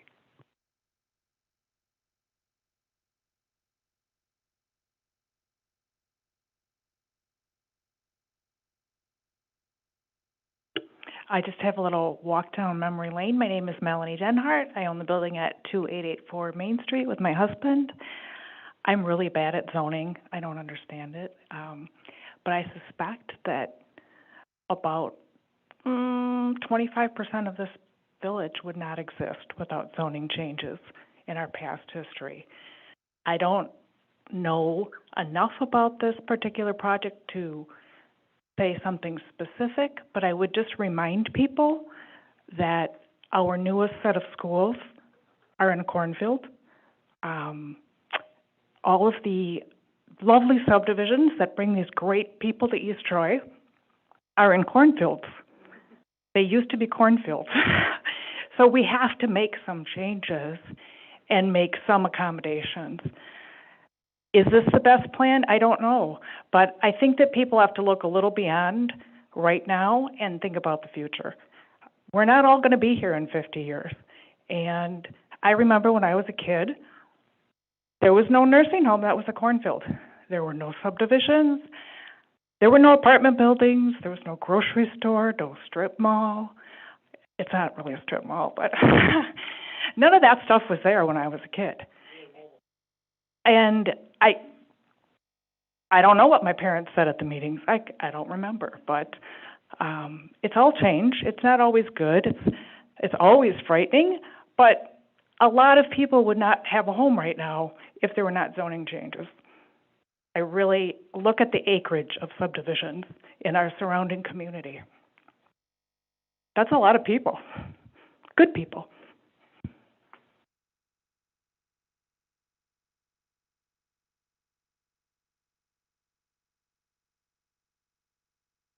Hearing is still open. R9. Oh.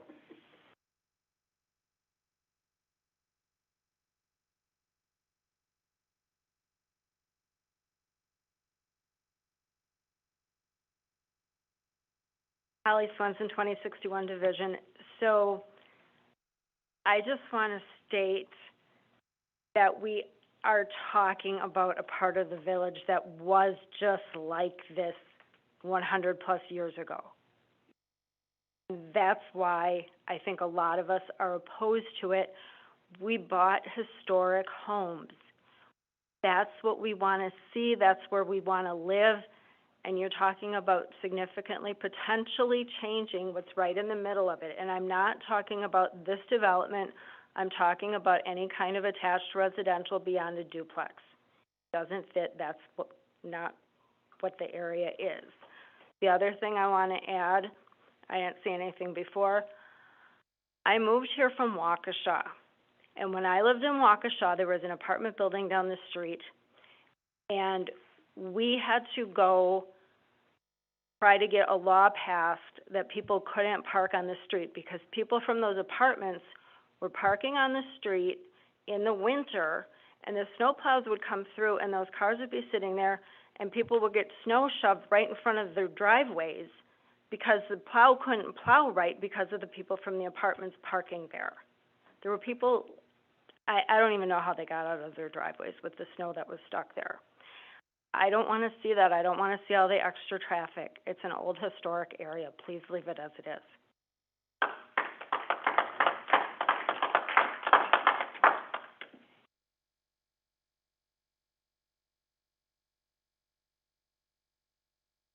So, public hearing, SR4. Anybody else that would like to speak on the topic?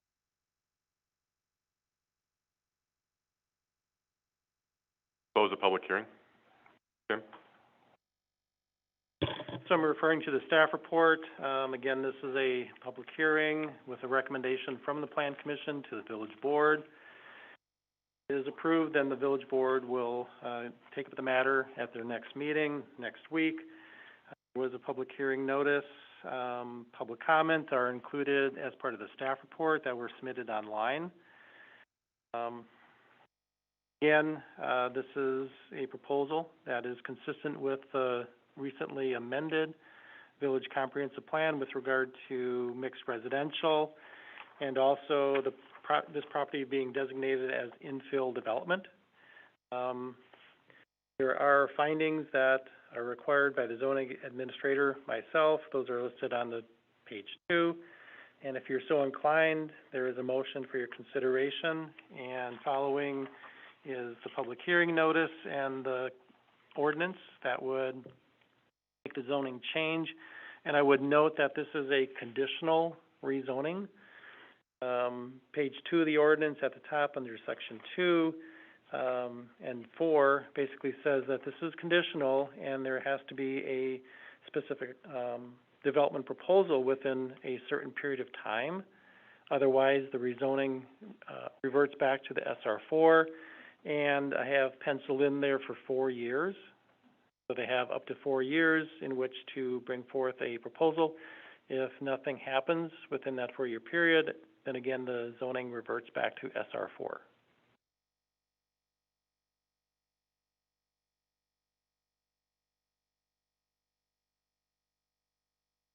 I'm just asking if this, in other words, Tim, you're saying that this, if they change to AR9, it's not a permanent change. Well, they have authorization for 4 years or whatever that time period is to bring forth a specific proposal under the AR9 zoning. And it would be reviewed at that time, consistent with all the other, development standards. If they do that, then the zoning does become permanent as AR9.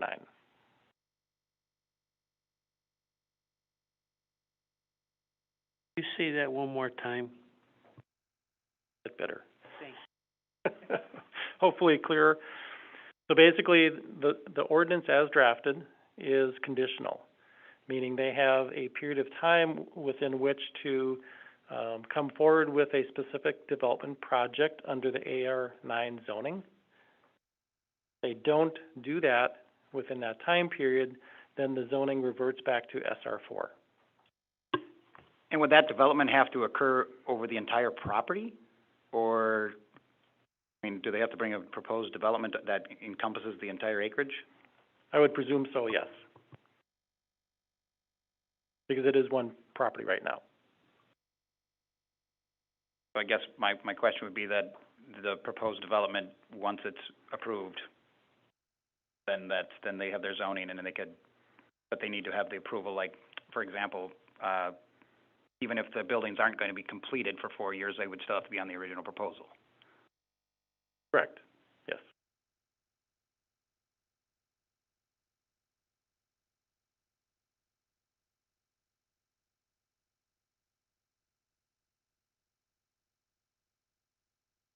Or you can't because this is, I'm sorry, Al, this is, we closed the public hearing on it. Sorry.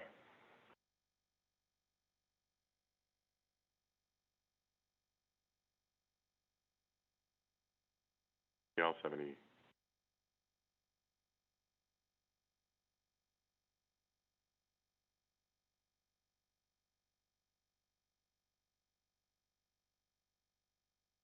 So I think that this, SR9 or SR4 to an AR9, not an outrageous request, because it is something that the school needs to sell the property. It needs to have that development within it. So I guess I'm looking at this as not being an outrageous request. That's how I'm seeing it. I think it's also, the surrounding properties are all TR8, which I know that that's one number smaller than AR9, but that's 8 units per acre, with the school being SR4, meaning that, that would be only 4 units per acre. Once you get a road in there to service those properties, you've lost a lot of the space that makes it so that the school district can sell this property for a reasonable value.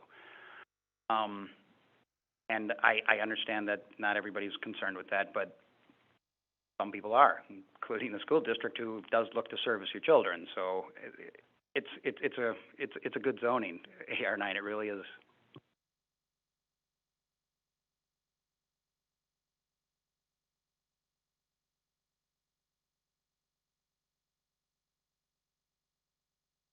No other questions? I'm waiting for a motion from one of.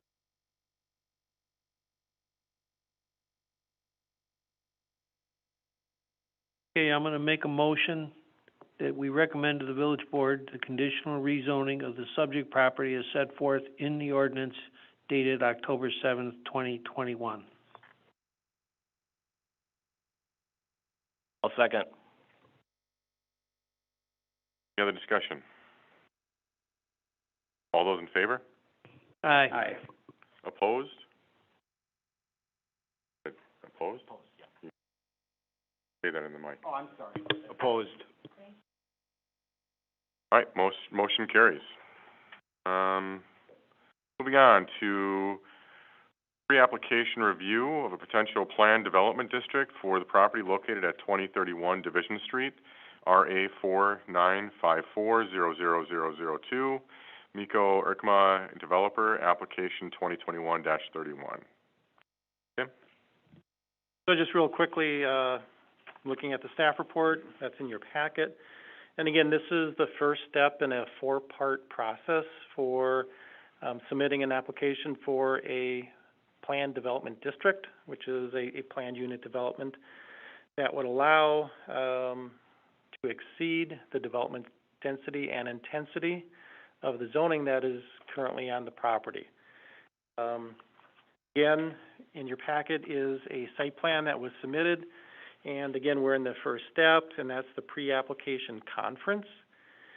And I pulled out some standards from the zoning code with regard to that process itself. And this is meant to be a real informal discussion. Miko's going to, talk about his plan, his layout, the buildings. The intent is not to provide any, indication whether, anybody supports or opposes the project at this point in time. That's reserved for the public hearing date that is later, if in fact the application moves forward. So again, just real general observations about issues that might be relevant so that developer can, take those into consideration as he comes back with subsequent proposals. So that ground rules clear? You can talk, but not too much. That makes sense. Because again, we're not in the public hearing stage and you can't prejudge whether you like or dislike something or you have a huge problem with something. Just talk in generalities so that he understands the issues that he needs to address. Go ahead. First of all, I'd like to thank each and every one of you. You guys have a really tough job and you don't, probably don't get the praise that you deserve, so thank you very much. Basically what I did is I looked at the project we had in McGuanago and kind of mirrored that. It was very successful. There's not much crime at all, fire need. We put the buildings closer together and set back closer to the other school so that there was lots of setback and green space. There is 2 acres of green space on this property with the design that we have here. So this is proven. My co-development partner has done 15 of these other projects in areas where single-family residential is right next door to it. There's always opposition, and once it's done, there's not that much. So it's two cars per acre, or two cars per unit is what we have as far as plans. It is 3 stories with garages on the first floor that go into a common hallway, and there's units on the back. These are condo quality. There's granite, really nice cabinets. You can go on the website, thepointapartments.com. There's virtual tours, and I thought it would be good for the community. So there's other developments that have been proposed to the board, and we've had some conversations about really liking more the appeal or the look of more of a townhome type of setting. That, I think, is more appropriate to what the Village of East Troy really needs in its community. Its historic value. Maybe the precedent of a building of just a square box isn't necessarily going to do that. So what I think this commission is going to be looking for is something more in the relative size of a 2-story and more of, like I said, a townhome type of setting. Maybe even if it stretches to the point of craftsman style or something like that to fit the community. I don't know about if that fits your kind of proposal, but I know that that's what we've been having conversations in the past about. The exact words have come out of my mouth with the other developments that are potential in the community. Yeah, we just have to look at the numbers. It's an economics game here. You got to make it work. You got to make some profit here. It's becoming harder and harder with construction costs. So the longer these villages and communities wait to approve projects, it's just going to get harder and harder. And there's currently a huge shortage of single-family housing in this nation and multifamily housing, and it's going to get more and more expensive. So the one thing that it doesn't even relate to this project is I know there's limitations on multifamily, and there are other sites in this community that could handle good multifamily projects, but they're not zoned, and your current zoning and will not allow them. So there could have been other opportunities for me to look at, but there's no current zoning available. So this is why I looked at this site, and a lot of these people will go to the downtown area and spend a lot of money. They're very high income people, $83,000 average income. They're your brothers, your aunts, your uncles, your grandmas that are living in these projects. So these are not, slums.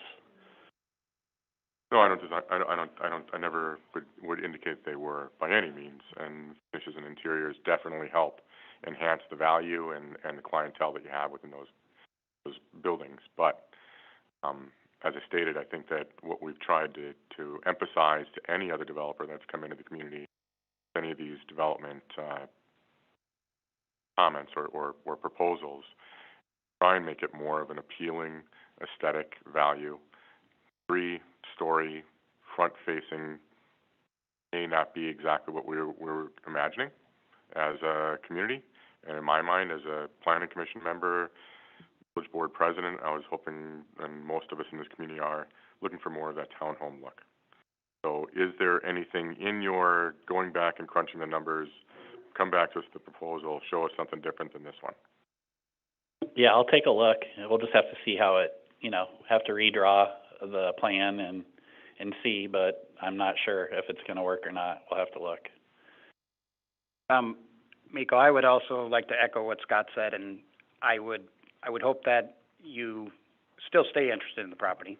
I think that that would be good for the school district, but I agree that the neighbors here would like to see maybe it's a little bit new in your wheelhouse to do a development that would maybe be something more to their liking.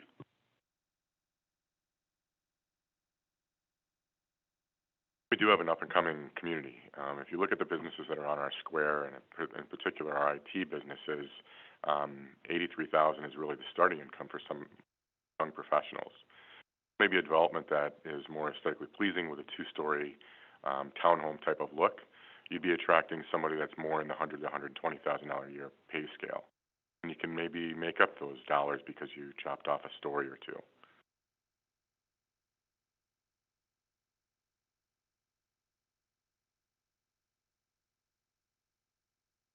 Comments from this commission? Well, I agree with Scott and Benny that, something's got to go in there, but something that would more fit the community. I think the board's initiative is to keep East Troy, and not make it McGuanago or something else. So I'm with Scott and Benny, too, that would like to see something else, maybe on a smaller scale than what you got here.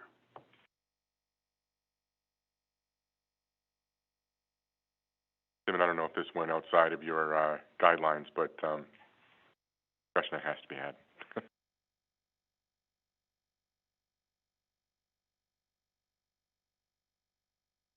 Else have any comments?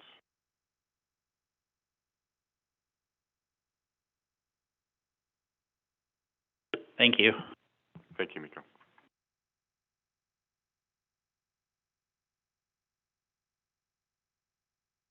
All right. Move on to certified survey map of 3 lot and 1 outlot south of Honey Creek Road. Village of East Troy applicant, application 2021-30.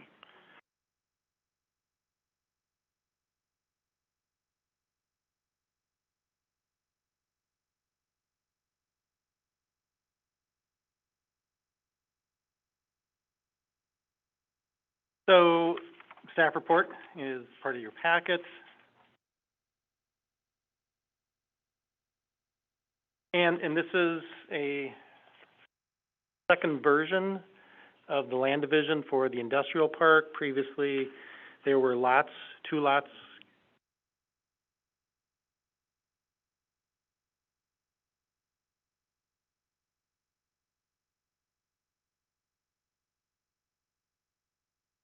Al, can you call the hall tomorrow and talk to Lori then about that?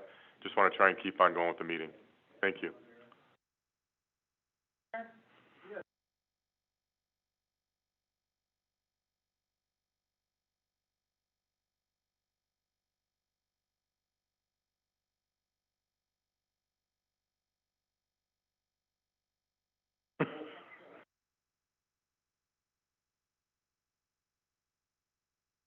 Good night.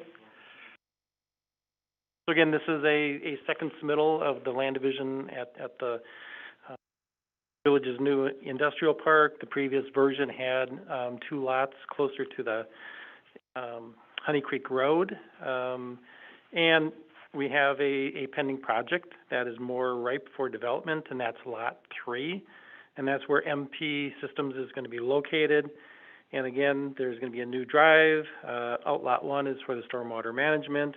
And particular in this case is an area that is at the south end of the cul-de-sac, and it's mentioned or referred to as the road reservation area. And that is required in this case if, in fact, the cul-de-sac needs to be pushed further to the south. And it all depends on the further division of Lot 2, if there's going to be many more parcels in that area, or if it's just going to be one large parcel. So that's an agreement that will be required as part of the development process for MP3.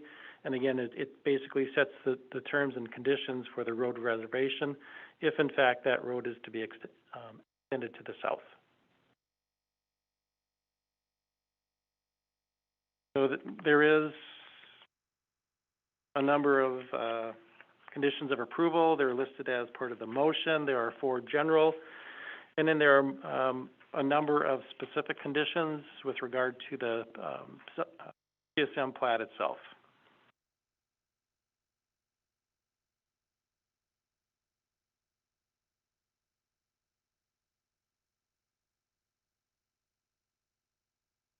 I'll make a motion to recommend to the village board the approval of the certified survey map based on the general and specific conditions in the staff report. I'll second. Any other discussion? All those in favor? Aye. Aye. Opposed? Motion carries. Right.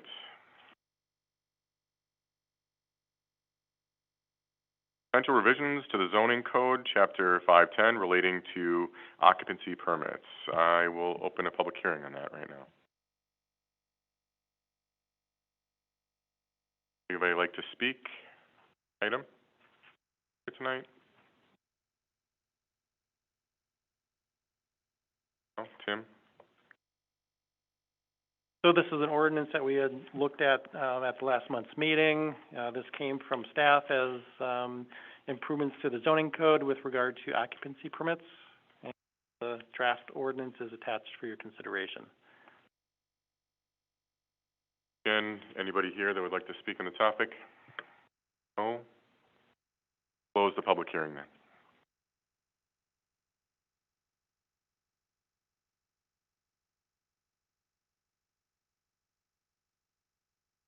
Motion that direct staff to set public hearing for your ordinance amendment.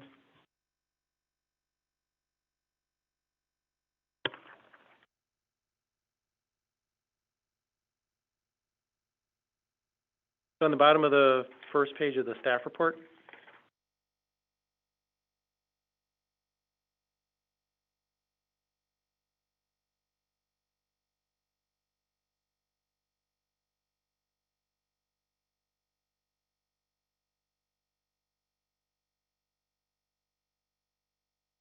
Recommend the village board approve of the proposed ordinance as drafted based on findings contained in proposed ordinance.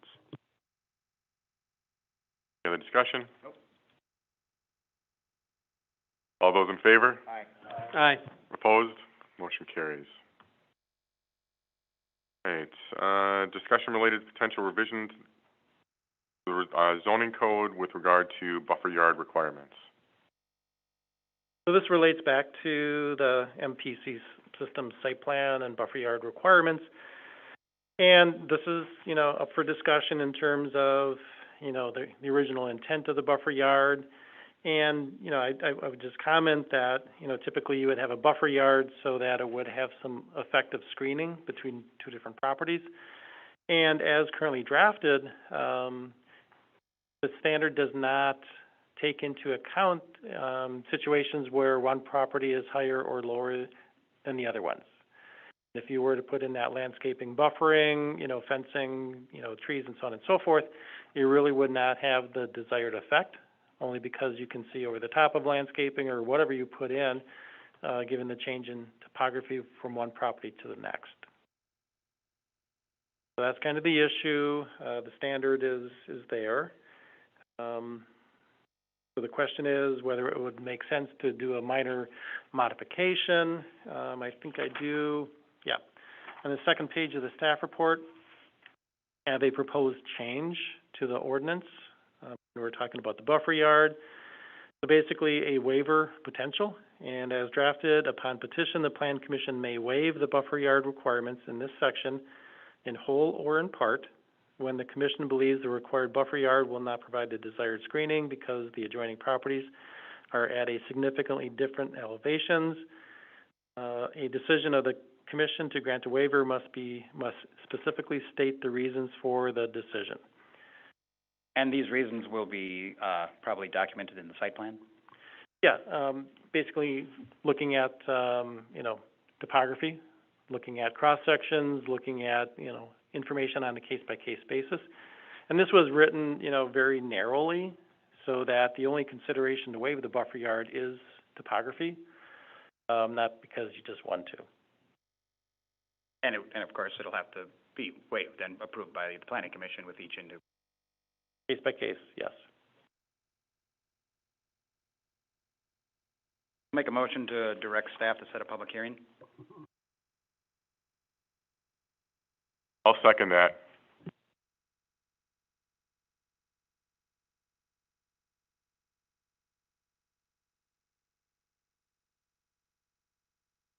Any other discussion?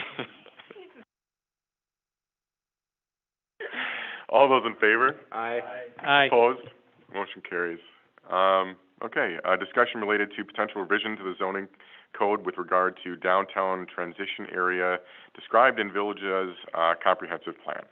So before we move on, I just want to clarify. Stay here, if you would. So basically what we did tonight was to start the process in motion. So the public hearing for the proposed text amendment will be at the next month's meeting. And then it needs to be approved by the village board, so we have a month and a half. And then we can come back to the site plan and kind of clean that up. Okay? Good, thank you. Thank you.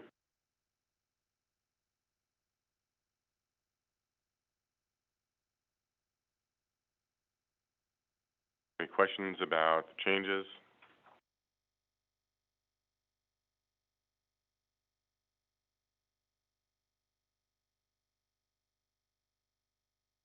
So again, as kind of a follow-up, we did the walking tour, we looked at different properties, and the right one. Yes, okay. So what we did was to, again, walk around and to look at the property so we would have a better sense for potential amendments to the zoning code, comprehensive plan with regard to the downtown transition area.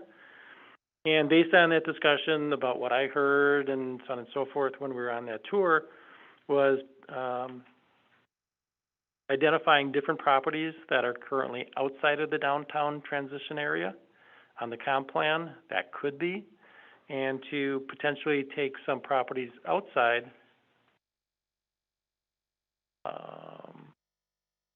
that are currently in the downtown design district and put them into the transition area.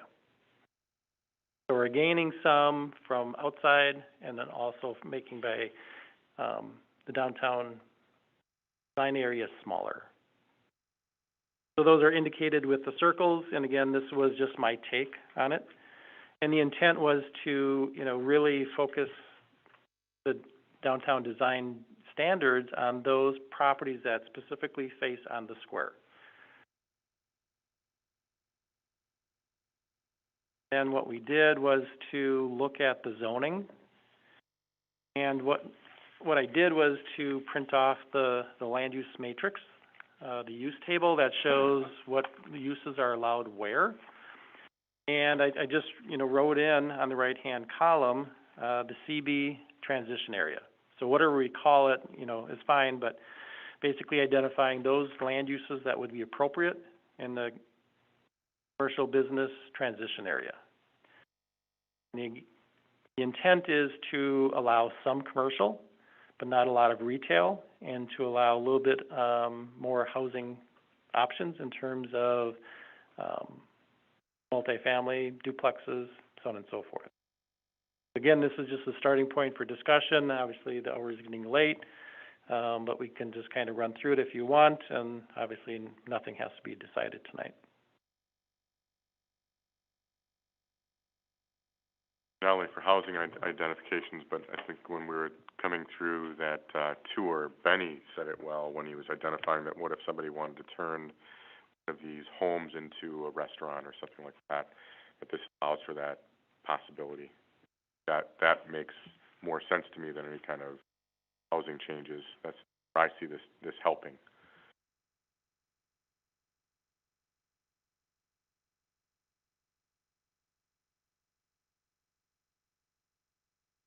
Concerns or questions about it?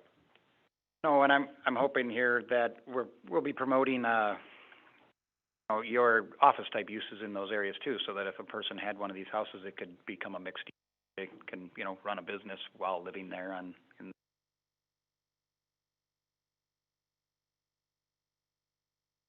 I recall, these were all single-family homes? Much? There's a couple duplexes. Two duplexes, but a lot of single-family homes. There's 3 duplexes right in a row on Austin Street at the south end of, the square. Because if I'm not mistaken, a lot of this zoning, that is, the new circles in the yellow, those are TR8, which means it can be duplexes whether they are or not.